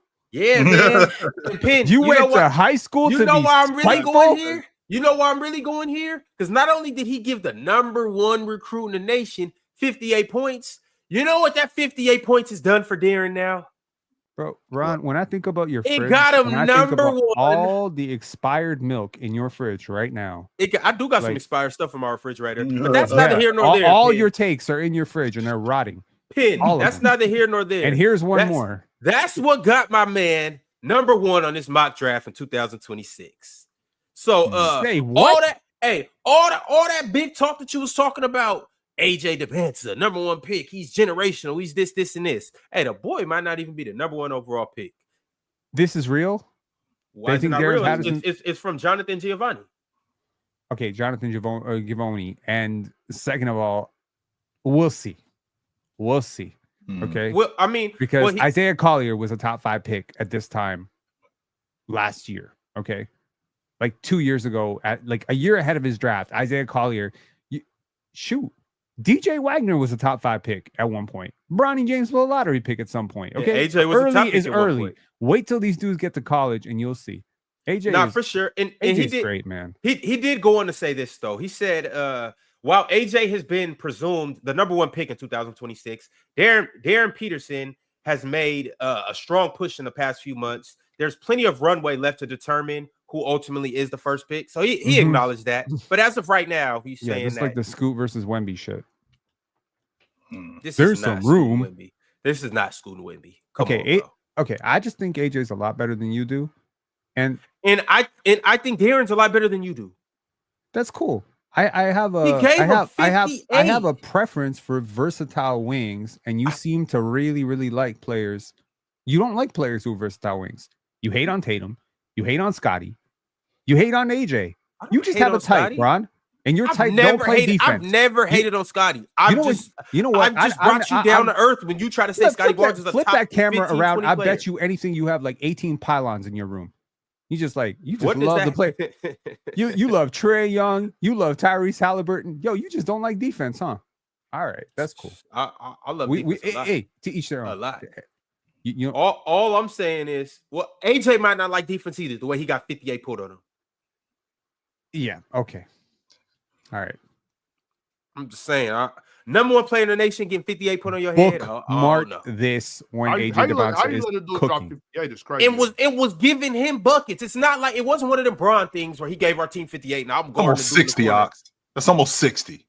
I'm putting on you. Okay, yeah. And he hit the game winner. Yeah, when he does that in a 1v1 Well, 60? tournament, then talk to me. Until then, it's still a team sport, okay? He gave the team and AJ 58. AJ got a lot of those buckets. Mm-hmm. I still think AJ is a better player. And honestly, I think what you just put on the screen is clickbait. I really do. Clickbait for who? Clickbait for Jonathan Givoni. Because, I'm so controversial. I got a new number one overall pick for 2026. That's not crazy. It is crazy. I was already the number 2 58. player in the nation. I was already the number 2 player in the nation. I play against the number 1 player in the nation.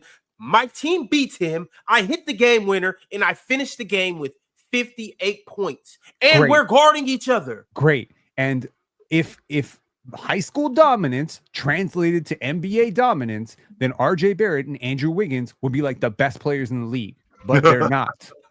Yeah, okay. Michael Michael Beasley would have been a superstar, but he ain't. We can't talk about NBA dominance when both of the players aren't in the NBA. We can only talk about what we're seeing right now in high school. They're Can both we at talk 2. about history? Great high school players don't always translate into being great NBA players, but there are certain things that do translate to being great in the NBA, Ron. Great work ethic, size to skill ratio. These things matter. AJ is the complete package. I mean, anyone trying to put him at number 2, honestly, should have their badge revoked right now. Now, I'm gonna say this: since you talk about it so much, I'm gonna go study some Darryn Peterson, and I'm gonna go look at it. I'm gonna look. I'm curious, Ben, about that size to skill ratio thing. Mhm. Is that actually a thing? Like, do Yes. you? So how Boy just made that up off the top of his I head. want to know the formula, Ron. He pulled that out of his Ron, hat. can we right get on to the the spot. formula? I want to get to the formula. How do we calculate that? This is What's not an the analytic, formula? Rox. This is English. I didn't ask. I didn't say if it was an analytic. I want to know what's the formula. There has to be a formula. Size to skill Okay. ratio. Thank you. How do you figure out the skill? Like, what are the skills? What are we? Okay, What's the? so what is- you're what is 6'9", right? Which Okay. means you have a lot of size, and Okay. I have no idea how much skill you have. But let's just say at 6'9", if you had the skill of TJ McConnell, you would have an elite size to skill ratio. But so what skills are we talking about? Ball handling, shooting, passing, dribbling, things He of doesn't that do nature. that better than Darryn. He doesn't do all of that better than Darryn. Okay, he's not a better shooter than Darryn. Okay, he's not a better ball handler than Darryn. But he's bigger than him, and so that's what I'm saying. When you're 6'11" and you can do 90% of what a guy who's 6'5" can do, or 6 foot, you hyping everything about this man. He might be. I'm trying to figure out how we got the high school dudes. That's what I'm trying to figure out. Oh, we talk about the number 1 and 2 player in the nation. I know nothing about either one of these players. In 2 years, well, in a year, by this time next year, we are going to be talking all about these two. Size to skill ratio. All about. We barely talk about Cooper Flag. Okay, we don't barely. We talk about Cooper Flag weekly. We talk about Ace Bailey and Dylan Harper weekly. Once a week, we'll bring out Cooper Flag. Joel Embiid have and what we talk talking about these guys weekly. Cooper. Next year. Literally, all the best players in the league have a great size to skill ratio historically. There are exceptions, obviously, like Allen Iverson, where they overcome the size. There's certain players, maybe like Rudy Gobert, where they're dominant without the skill. But for most players, we're talking big wings. That's what's running the NBA. Jumbo playmakers and big wings have elite size to skill ratio. The first time I heard the term size to skill ratio was actually from Brian Colangelo when he drafted Andrea Bargnani and he signed Hedo Turkoglu. So that was a really big thing for him. What if you're big and you have big man skills? What if my skills are keeping the ball high, going over both Rasheed hands? Wallace was very skilled. What if my skills are opening up on the block, hitting the Marcus Saul bank shot, Tim Duncan bank shot? What if my skills are opening up, going one dribble right, spinning back using the left hand? What if my skills are big man skills? Scoring, passing, shooting. It applies to all levels. So scoring, passing, shooting. I don't hear anything about block work. I don't hear anything about rebounding. You don't score on the block. You don't score on the block. Rasheed Wallace didn't score on the block. I thought you said I'm thinking shooting. So you said scoring, passing. What? Scoring, passing, shooting. Yeah. Scoring, passing, shooting. Yeah. Okay. Scoring, passing, shooting, ball handling. These are the things. So for instance, I prefer Rasheed Wallace over Chris Webber personally. When I think about but you could argue Chris Webber was a more skilled player. You could. Because Webb could do a lot of stuff like a guard. What could Rasheed not do? I don't think Rasheed wasn't as good a passer. Yeah, I think Chris is probably better in open court passing and dribbling. He's a better rebounder than Sheed too. He was a better rebounder than Sheed too. Bingo. So my point is, is this only offensive skills too? Like what? I'm just curious to know. I'm just for my real curiosity. I want to know what all skills are in this. Are we talking about every skill? Because if that's the case, like taller players, I'm gonna get my rebounding skills in typically there. When we talk block shotting, shot blocking. I mean, when we're talking about skills, we're basically thinking about Kevin Durant. Like that's one of the most skilled basketball players I've ever seen. DeMar DeRozan. So we're being merchants right now with the skill to height ratio. When it comes to the skill to height ratio in particular, we're talking bing. That's what we're talking about. Bing merchants. That's what we're doing. What's bing? That means that's like this right here. Bing, right? We're tween merchants. Tweening. Okay. A little bit of that, yeah, for sure. But the ability to handle the basketball. The ability to handle the basketball on a break at 6'9" is very different than being able to do it at 6'1". The vast majority of people in this world, right, are much closer to Peyton Pritchard's height than Giannis's height, and that means that for those players who do make it to the NBA at 6 feet, 6'1", they are hella talented. So the question is, what if you could package all of the skills that Chris Paul has, right, and put it in a 6'8" player? You damn near talking about one of the greatest players of all time, right? Maybe one of the 3 greatest players of all time. If CP3 could be that skilled, but it's just because the population of people who are 6'9" Ox is a very small population in this world. There's just not that many people are coordinated. So, yeah. So basically, what LeBron James is like, he's super skilled. But the reason he's great is because he's super skilled at his size, at 6'9". There's plenty of guards who've had a lot of the same skills as LeBron. There's plenty of guards who've had much greater skills than Wemby. But the fact that he's 7'5", or the fact that LeBron is so athletic and 6'9", that's what makes it a cheat code. So yes, that's size to skill ratio in a nutshell. And I think that it's a very, very important tool for understanding why sometimes a 6'9" player like AJ Dybantsa is going to do much better in the NBA than he's doing in high school or college, because the court is going to widen for him, Ron. And when the court widens for this dude, but it's going to shrink for him at BYU. I don't care what he does next year. He's going to be fine. But you cared what Cade did. Cade is nowhere near the player that. Okay, let's not even get into that. I actually make a vow to myself right now. I don't want to talk about Cade Cunningham. If it comes up in the PCL, I'm not discussing it. I don't want to talk about Cade. Well, I genuinely don't contradict yourself and say things that apply to Cade, but don't want to make that same application to other players. Every player who's a big playmaker is going to struggle a little bit with spacing in college and supposed to get better in the NBA. Every player, Scotty Barnes, if Giannis had gone to college, he would have struggled. You understand? Like, this is the physics. So why doesn't Cade get a pass? That is implied. That's not an excuse to be negative assist to turnover ratio. All right. I'm just saying that as the court opens up, you're supposed to have more space to attack. It helps bigger athletes.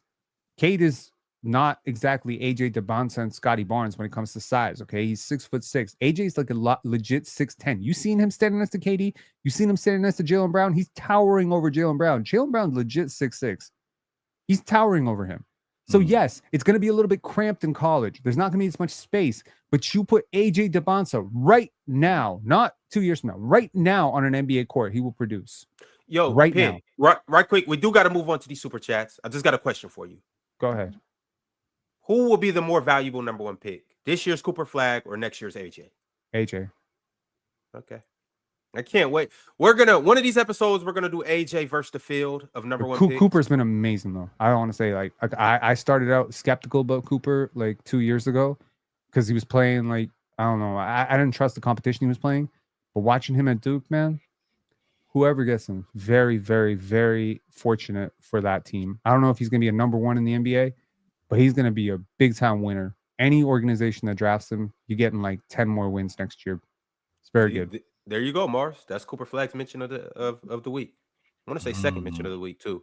But CMX Halo said, yes, but they hate on Tatum because he is handsome. Right, Chill?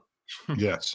As that I don't know why I don't know why this is this is not something that you understand. It's a fact. Yes. Girls do that all the time. Dudes do that all the time. Yes, they do. They won't say it to your face, but yes, dudes do that too. He's better looking than me. He's a good looking dude, and he gets all the girls, and he's jealous of them. 100%. You know what? I admit it. You can fight all you can fight that all you want. Fight it all you want. I'm not fighting it. I'm just saying it's corny. That's all. It is. Because I'm like, yo, I'm looking at. Chill. If I know that this dude, like females, they flock towards him. I'm like, he can't handle all of them, bro. Let's go. That's where I'm at with it. I want to hang with that dude. I ain't scrunching my face up at him. No. He can't tell all of them. No, I'm trying to get close to him. Yes. The thing about that though is, what is the reason to hate on Jayson Tatum for having good looks? This nigga's in a whole different league than you. You at the local bar down the street trying to get chicks at the club in your city. Jayson Tatum's global. Like the circle he's in doesn't even cross your circle. He's not even like y'all on completely different playing fields. Like it's like hating on somebody who leads the. And I'm actually reading the chat right now. This chat, y'all dudes is nasty. Y'all, I swear, y'all dudes is nothing but keyboard warriors. Y'all dudes is nasty as hell. Absolutely. I think that it's interesting how y'all talk about me, and all of you guys, not some of you, all of you guys in your life have had something happen to you, or you just don't want to admit it. And I think it's super corny from you. I think a lot of you dudes are kids, and it's gonna happen. And you'll see what happens to you dudes. We'll see what happens to you dudes later. I don't have a problem in the chick department. Okay, I know I'm a bit older, but when I was younger, I was a half decent looking dude. And I did not have a problem in the chick department. So I didn't have to worry about that. No, I wasn't all that, but I did not have a problem in the chick department. You dudes, a lot of you dudes in the chat, y'all talk about me like I'm this sort of clown or when in reality, it's you dudes who sit behind your keyboard, you sit in your house, you eating chips, you don't have anything going on in your life. A lot of you dudes don't have a girlfriend, you don't have a job, you sit up here for 3 hours and you come up here and you troll me, and a lot of you dudes are nothing more than just goofies. That's it. And that's all you've ever been, and that's all you ever are gonna be. Yeah, chumps, lames, nerds. Nah, like you the could video, you could change. You could change. You could be better. Nah, chill. Call them chip eaters. Ain't no coming back. No. Like, Put down the Doritos. Go to the gym. They're coming back. Eat healthy. Drink some water. Yeah, chip eater. They're Potato merchants. Chill. Y'all ain't nothing but a bunch of potato merchants. I'll guarantee you there's are. at least 400 people in the chat that you just like that applies to. So I just want to say I'm a little certain of message to those people. You can change. Hey, Like, all get I'm gonna better. say is, before y'all go crazy on your keyboards, at least wipe your fingers off, lick them or something. please. That's please. nasty. Having all that residue from your Doritos caked up on your keyboard. That's disgusting. Your mama should be ashamed of you. She the one coming in your room picking up the bowls that you ate out of. The bowls, plural, because you can't bring that stuff to the kitchen.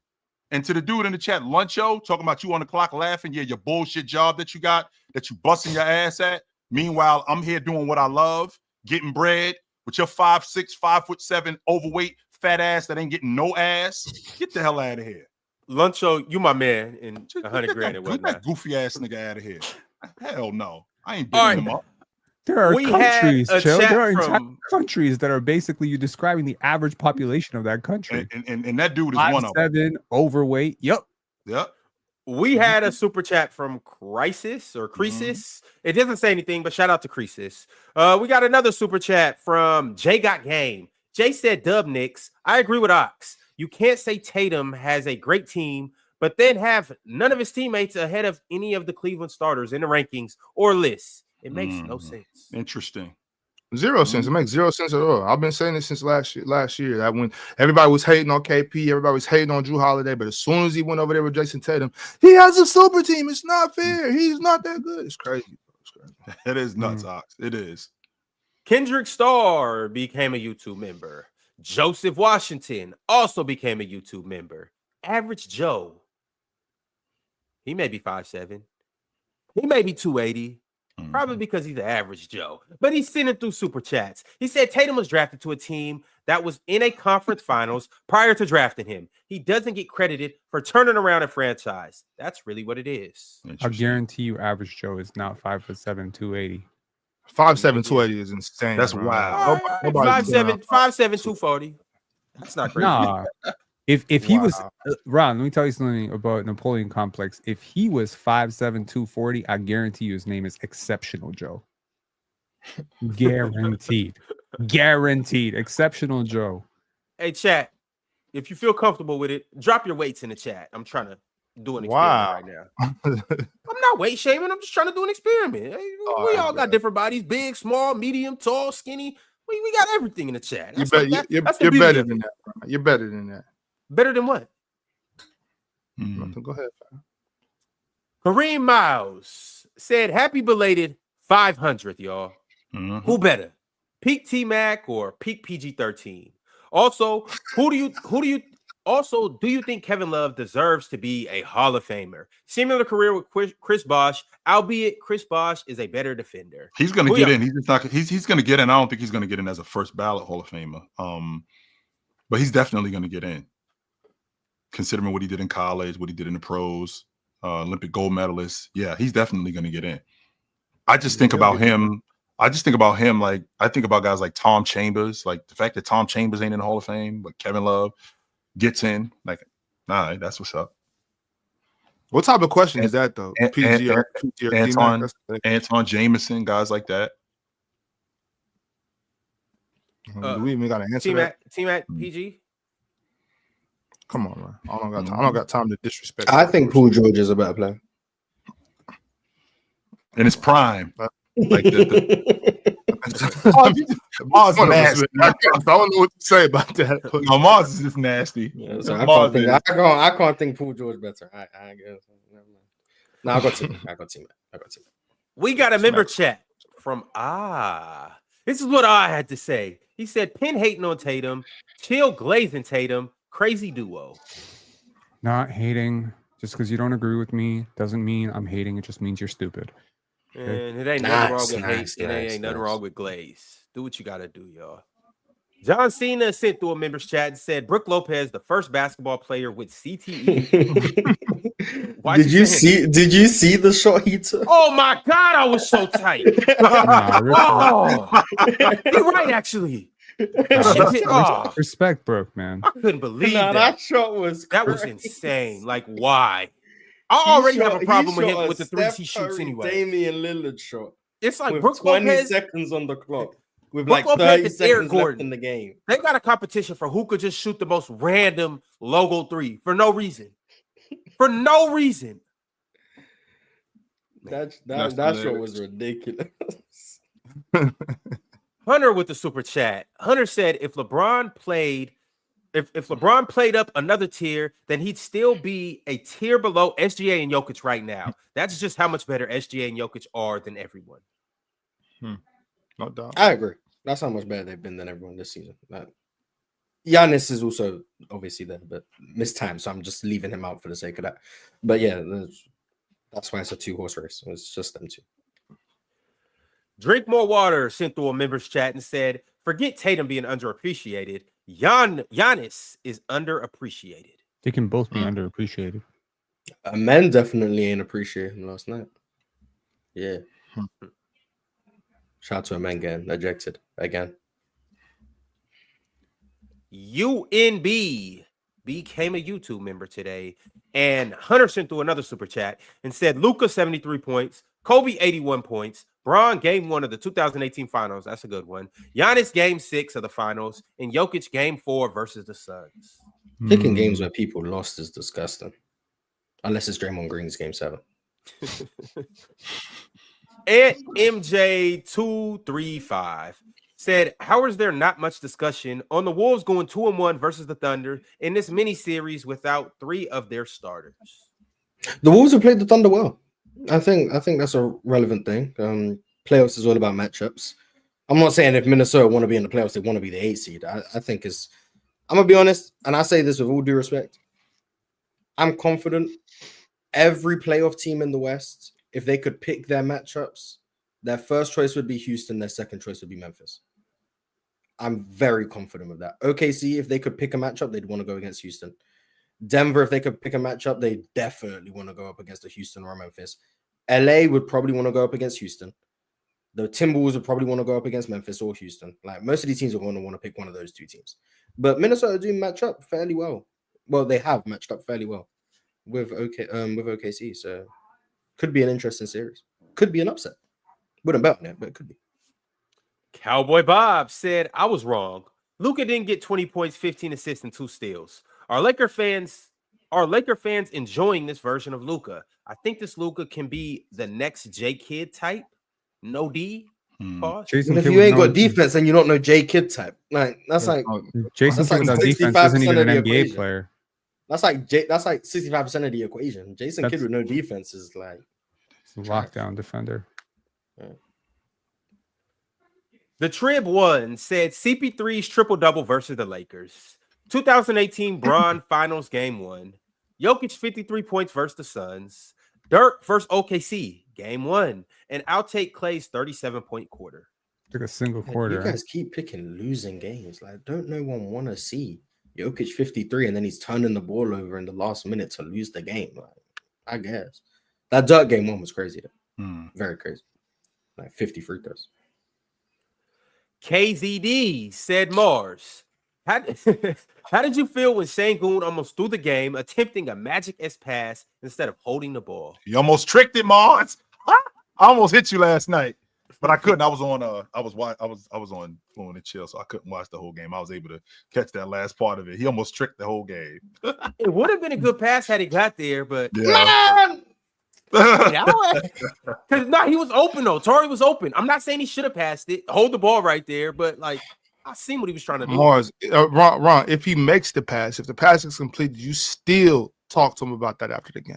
Like, yo, what you doing, bro? Like that whole game was just a battle of who could be stupider. between the Rockets. Like they were all just trying to battle to see who could be the biggest idiot.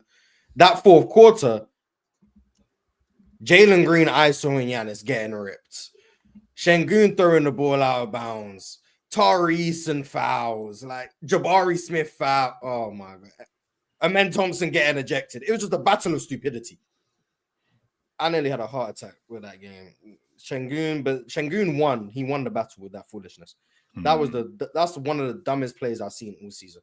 And I've seen some dumb plays this season. That's one of the dumbest plays I've seen. Dylan Brooks 5-second violations on inbounds. But like, oh my God. Sounds to me like y'all miss Fred VanVleet. For intelligence, yeah. What that?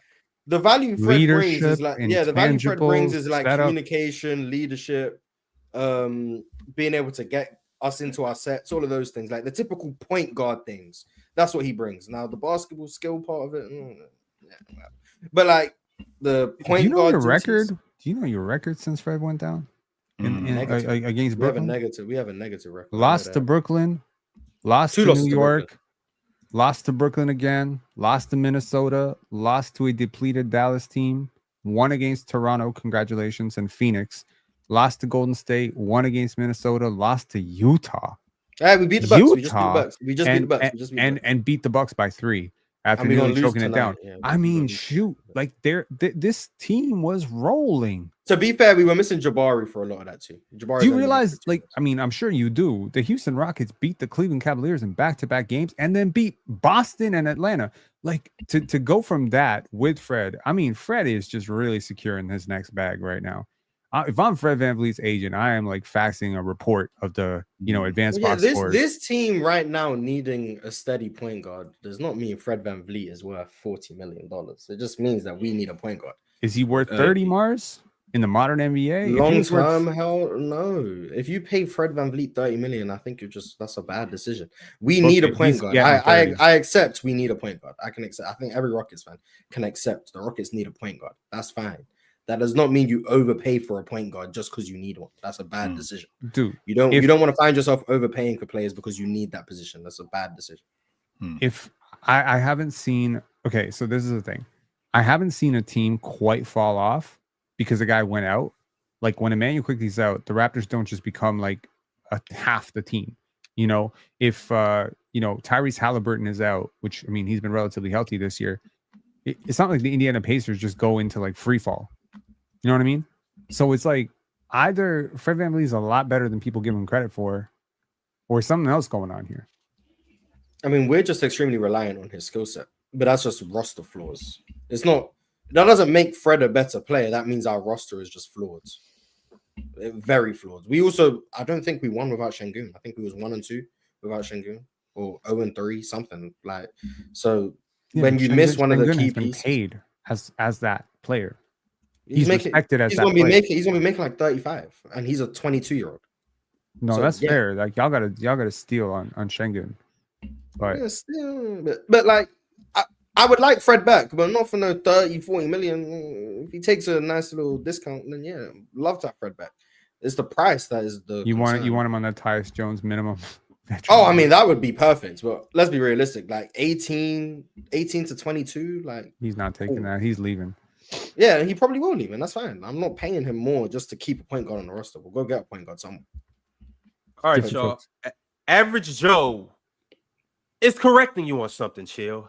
He said Scottie Pippen has never scored 50 points in an NBA game. Chill, I hate to do it. You are the OG, but I apologize. It was 40. My fault. It wasn't 50. It was 40. And Scottie did get close to 50. I think it was 47. Yeah, I think it was something like that. Yeah, so he did get close to 50. So my fault. It was 40. It wasn't 50. It was 40, and it was against Jamal Mashburn who put that on him, and it was almost like a revenge game. So if Scottie Barnes ever scores 48 points, he'll be the highest scoring single game Scottie in NBA history. Perfect. Thank you. Clamp God Rob said, "How come Bam not in DPOY talks though this season?" Because his offense regressed. You want the actual reason? It's because his offense regressed. Defensively, he's been amazing this year, but because his offense was so bad, and people are like, "What's happened to Bam?" He's not going to get rewarded with an accolade when in a season that people are viewing as one of his worst seasons of the last 4. They're not going to reward him. That is Rudy Gobert, and and he won 4. Well, Rudy Gobert gets hated for his defensive play because he sucks on offense. But if he went from good to trash on offense, he would never win a defensive player of the year. You can't regress as a player and then win the accolade you've never won before. That's an unwritten rule, I guess. Bam's not going to win the accolade he's been asking to win for 5 years in a season that people view as his worst season of the last 5 years. They're just not going to do that. It's going to be bad storytelling, I guess. But Bam has undoubtedly, in my opinion, been one of the 5-6 best defenders in the league this year. It's just he's not going to get that respect. So he's in the conversation. I mean, my conversation right now is, if I'm being honest, my conversation probably stops after Evan Mobley and Jaren Jackson, if I'm being honest. But everyone else would be just like secondary to that conversation. Is Bam close to Evan Mobley's gonna win it. Is Bam close to that?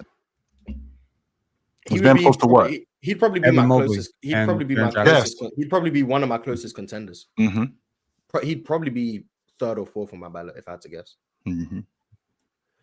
It's Hack Ira said winning bias. Luka and LeBron got blown by religiously. Mavs players outside of Kyrie missed a ton of layups and shots. Mavs win by 20, fully healthy.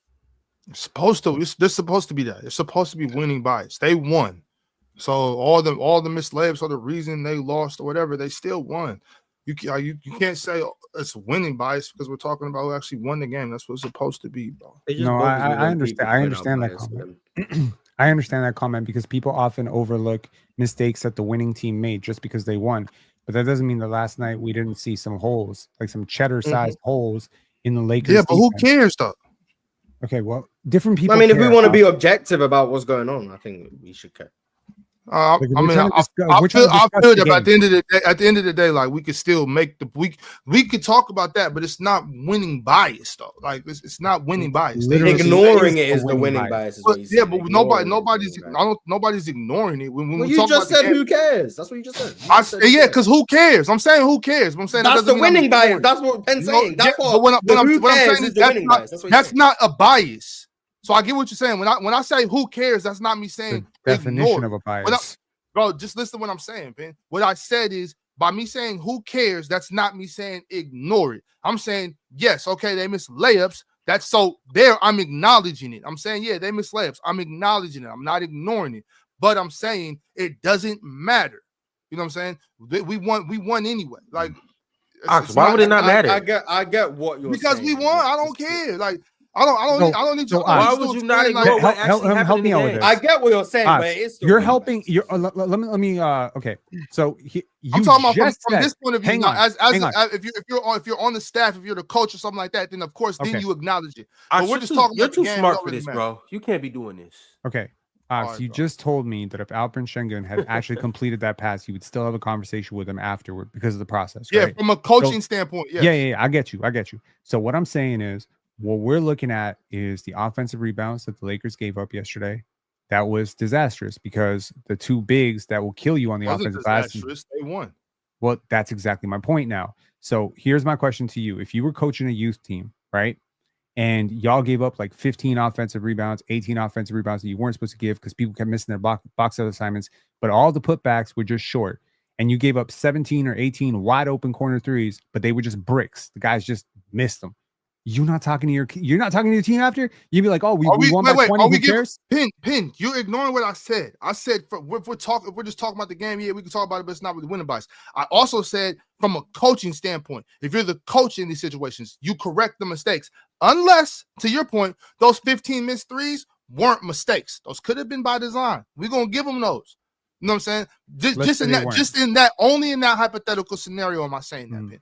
But what I'm saying is, of course, from a coaching standpoint, yeah, but we ain't the coaches of the team. We just like, yeah, okay. It's not a winning bias though. Like, yeah, they won the game. All I'll say is that despite the win, I noticed a lot of issues with the Lakers yesterday that I feel will be exploited when the Mavericks are healthier. That's all.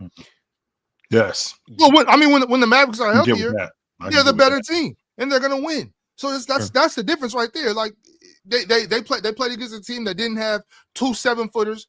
They won. When those 7-footers are back in the game, the Mavericks are better, and the Mavericks are going to beat them. So we won't have this conversation. It will. Now you can go. Now then you can take the time to go back and be like, oh, well, see, this is what happened. This is why they won the first game. Yeah, we know that. Like that's why I always say sometimes I'll just stop talking. It's like, yo, we talking about basketball. Some shit don't got to be explained. We could just, you know what I'm saying? We could just go by it. Like everything doesn't have to be explained because it's basketball and it's just obvious. Okay. UMB said Penn is so shameless with his anti-Giannis agenda. It is actually insane to witness. He'd have you think SGA and Jokic are massively outperforming Giannis. They are. They are. He's That's missed all. games. He's missed games. That's all. That's all. And I also don't think he's looked 100% since in the games he's been back since. Massively outperforming? Right. Pre you injury. know what would make these super chats like really rich? If you could match the tone, just a little bit of acting. I'm here to direct you if you need. I've directed 13 films, you know, like just to match the tone of the super chatter, right? I feel like that super chatter was probably crying when they wrote that super chat, you know, like whining a lot. So yeah, you got to match that whiny tone. I don't have that. Oh, If I could, I would, but I can't do it. Superman Real said Kuz and Kevin Porter Jr. are already the third and fourth best players on the Bucks. Makes you realize what Giannis is working with. Shaking my head. Chill. You need a meat and potato sponsor. Kuz actually looks good with this. Kuz actually looks good with this Milwaukee Bucks team. He ain't look good last night. Well, he's been looking good with them though. Because you got low standards. That's why. I'm sorry, he was going up against. No, I'm not going to make any excuses for him. He did not. You got low standards for Kuzma, so what he's been doing has been deemed as good. It is what it is. But shout out to Kuz. Sauce Man Bandit 72 sent through a members chat and said 1.6K watching, less than 500 likes. Let's go, chat. For real. Basically, what he's saying is y'all not doing y'all jobs and the math ain't mathing. Hit that like button. Because they're 280 pounds and have Dorito dust all over their they can't do that thing, right? So if you don't have Dorito dust on your mouse, please hit like and subscribe. Okay. Fire. Shout out that Dorito dust, man. TS1 said, I think or hope Mars and Chill agree with me, but Joe Mazzulla should be a consensus minimum top 5 coach in the league. He in my top 5. I don't know the top 5, but he in it. I'm not sure there's 5 coaches in the game better than Coach Mazzulla. There's an old saying my grandmother used to tell me: anybody can train the secretary. You screw him up too, though. Just so you know. Shout out Joe Mazzulla. Yeah, I'm certain he'd be in the top 5. C2 React said if the Celtics repeat, we might have to start having serious conversations in this small forward all-time ranking. All he does is he checks the winning box, but he still has more work to do. He plays the 4, so I guess he's talking about Jaylen Brown, I guess. Nappin' Trey said Tatum only annoying with all the Kobe stuff, like the text. He love Kobe. That's his man. I don't be paying attention to these guys on social media. Maybe that's why I don't be bothered. I mean, it's funny. Him idolizing a player like that is actually very relatable to most people. Most people have a player that they look at that. Like they look at. So I don't know. Imagine having a mentor that passes away in a tragedy. Like you would be hurt too. I would assume. You know what I'm saying? Like you would be sad. Sure. You would miss your mans. You know? No, you wouldn't, Knox, because these dudes in the chat, they tough guys. They don't care. They don't have no feelings. They from the hood and they just move on with life. And a person that they grew up idolizing is now gone. It don't matter to them at all. Nah, stand on it and just be strong. Give me a break. They're puffing their chest, but their mom's cleaning up the bowls, right? Yes, give me a break. I mean. If she get a break, I got a couple bowls over here too. That might hey, look at this dude. Super chats, Ron. Would you focus? Average Joe said Chill has a point. I hate Swiss Beats to this day because he got Alicia Keys. I omit it.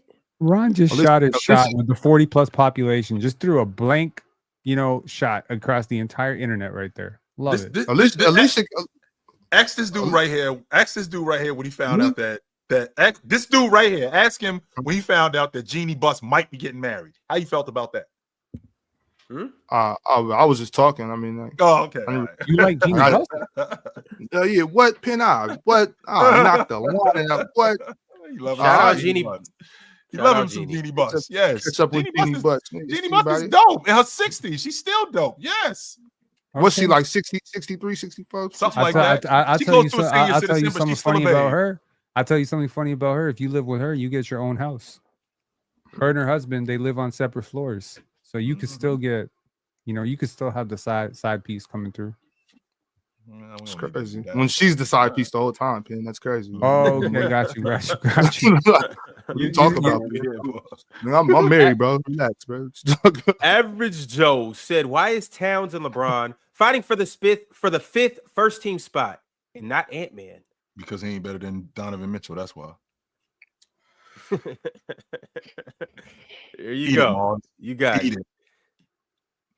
Average Joe said, "So SGA keeps the Thunder at the top of the West, despite Chet missing 40 games, but y'all think LeBron James catches him if he gets the number 2 seed after adding Luka?" Laughing emoji. Facts. I didn't even think about that. Yeah, I'm not gonna lie. The gap is huge. My man, Average Joe cooking in these super chats today. Keep going, Average. Thomas Gunn said, "As a fan, I care about how teams played. I analyze the totality of the game." Ox. The totality of the game is they won, they lost. That's simple. DSG Piccolo said, "Happy retirement, Diana Taurasi. She ain't have to cook Draymond like that." Did she? What did she say? I missed it. I'm sorry. I know we got to keep moving, but I don't know what she in said. the 2016 Olympics, or I think it's 2016. They were all together, the women's team, the men's team, having a good time. I don't know exactly what they were doing, but they were together, and she basically said, "Draymond, you're the only one here that's never been double teamed." Damn, that's not even true. In 2016, I seen Draymond get double teamed before. Yeah, in college. But Summer league. Shout out to Diana Taurasi. The GOAT has retired, but you will always hold a special place in our heart. To play 20, that's a big deal. Word. Logan Messiah said, "Luka might be the most doubled player I've ever seen." Because he holds the ball too long. I'm just kidding. I'm kidding. No. You're not kidding. Serious as hell. Wilt Chamberlain. Shaq. Yeah, it'd be a big, I think. Cowboy Bob said, "J Kidd's offensive style, his vision of passing type." Yeah, I can get with that. There's just many comparisons that I could go to before Jason Kidd with the passing type. It's weird. Yeah. Logan Messiah said, "Jayson Tatum is top 5 right now, but Luka, Jokic, and Giannis clear him." I don't know about clear, but there's a gap for I sure. don't know about 12-5, but I guess. I mean, let's go with the easy one. We all know he's top 15 at least. He top 25. I can assure you he top 25. Rock Out Dude said, "The Wolves want no smoke with Memphis." LOL. And Memphis don't want it with in a series, the Wolves are comfortable. I'm gonna be honest. Every time I think about the Wolves in a playoff series, like I'm not factoring in Julius Randle's presence. Like as far as I'm concerned, he's not playing in the playoff rotation. Oh my God. So like the Wolves currently, this Wolves team, I'd really go back. Yeah, they would love to see Memphis. And DiVincenzo too. Yeah, add the good players. They'll love to see Memphis. Yeah, that'd be cool. Julius Randle got to be better in the playoffs. Go ahead, Ron. I'm sorry. He has to. Ab Malik said, he exists. Ab Malik said, "Not having the Cavs and Celtics on playback is nasty." Well, see, the thing, Ab, is when we do these main stage games, we're not supposed to do nationally televised games, but we'll check it out. We'll be there, so we'll check out some of that game. But on Friday, in case you're wondering where we're going to be on playback, we will be watching the Knicks and the Grizzlies go toe-to-toe, and we'll see just how many screens that the Grizzlies do, and we'll see just how good of a point of attack defender Mikal Bridges is. And we'll see y'all there as well. Nico with the super chat said, "Did Tatum not winning finals MVP hurt his image?" Yes. No, personally, I respect the hell out of him for it because, he just did nothing but win all summer and got zero credit for it. Like, I want to say zero credit for it, but I feel like a lot of people, I think it exposed people's biases towards awards because he was a really big part. Him, even like in the Olympic team, okay, you could argue he didn't play, Kerr's crazy, whatever. How could he not play? But him supporting his teammates and not being a distraction was a part of the winning to me. And it's the same thing with Jaylen Brown. You know, if he had tried to force it a little bit, force his shot a little bit to get Finals MVP, I feel like that would have hurt him. So, you know, I appreciate the fact that he was team first about the whole thing. Put team first. If it was up to me, he would have won both MVPs. So yeah, I agree with you. I If think it was up to me, Jaylen Brown would have won both. Of course, but because you don't like great basketball players. But that's not like Jayson Tatum.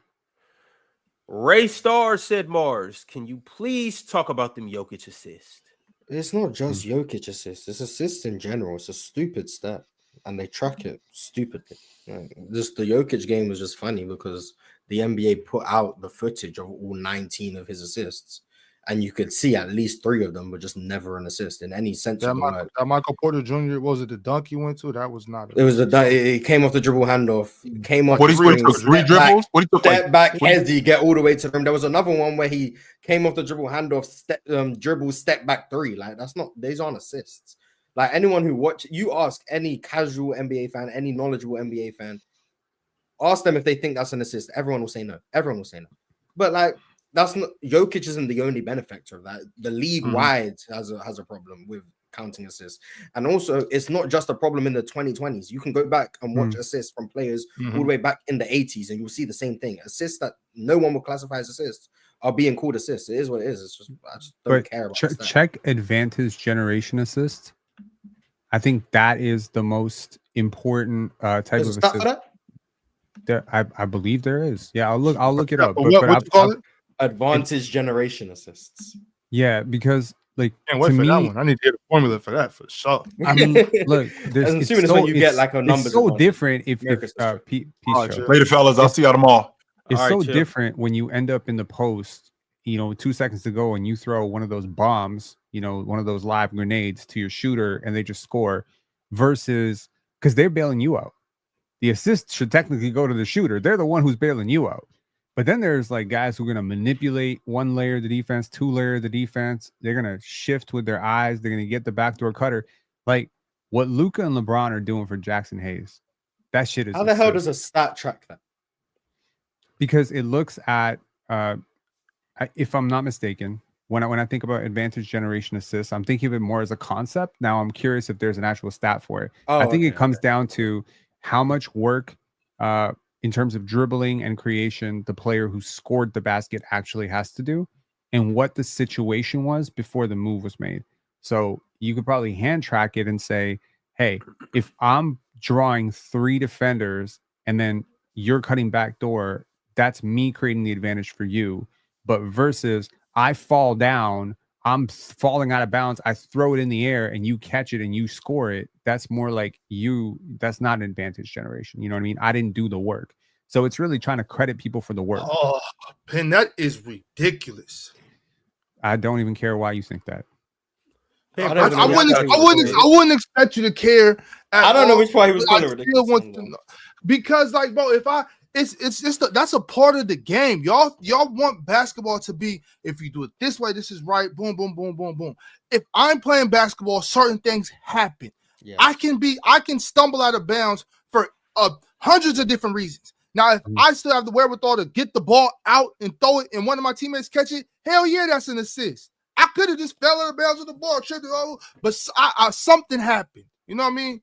Like that's why everything doesn't need a stat. Everything doesn't need a stat. But why? So why is that? Why is that assist any more important than the assist I got? I'll give you the example. There is no reason. I don't even care what your example is. Oh, damn. Okay. I don't even care what your example is. All right. Okay. Just like you didn't care about reasoning, I don't care about your example. But I listened to your reasoning, Ox. I didn't talk over you the entire time. So why don't you pay the same respect back? I heard you already. This bullshit. Like no, you think it's bullshit because you don't get it. You can't have a list for every single. I don't get it. No, you don't get it. I don't get it. That's what I'm saying. This is why I stop talking and don't do this shit so much, because shit like this is too obvious. It's too easy to explain. We don't need a stat for every fucking thing. Okay, it's just basketball. Sometimes the answer is it's just basketball. I mean, and you wouldn't understand that, Penn, but that's okay. I can't believe y'all. Like you know what the problem is? No, you just say it with your chest and you think it makes sense because you're screaming loud. Everything with your chest. It does. No. You're just like, no. I'll just be confident. I'm only saying it loud. I'm only saying it loud because the nonsense, bro. That's the only reason I'm saying it loud. There's a difference Why, in Ron, the quality of this shot shit? generating, yo. If I hand it to you and you got to dribble and beat your man off the dribble, oh my lord. Okay. I didn't talk about stats, Ox. I know you hear the word stat and you start scratching at the wall right now, but I'm not talking about stats. I'm talking about advantage generation as a concept of an assist. Okay, if I do 80% of the work for you and all you got to do is put it up at the rim, I deserve it. I deserve some credit for that. But if I hand it to you and you got to cross your guy over and beat 2 defenders, I don't think I deserve an assist for that. That's my point. Yeah, but that's not an assist. That's what Mars was just saying. They counting it as an assist. Okay. But there's different assists, Pin. Right. But it's still an assist. Like if you're talking, but you weren't saying that part at first. Now you're saying if I take a bunch of dribbles and all that, then it's an assist. It's amazing how people say more when you actually stop talking over them, Ox. You were talking. I sat there and listened to this shit for minutes. Now if you want us to stop, Pin, because what you do is if you want us to listen to your whole thing, you gotta board everybody on the plane, you gotta get on the runway, you gotta take off, you gotta land. Don't forget about the speech before you take off about putting your seatbelt on and all that. We gotta listen to it for 20 minutes. If you just get to the point like you just did, then bam, we can get to it. My thing, Pin, is this. You're talking about if you cut and I pass it to you and boom and you score, then I did something. But then you referenced grenades. If I throw you a grenade, then boom, you should get it. Or the assist, I did more for you than he did for him, right?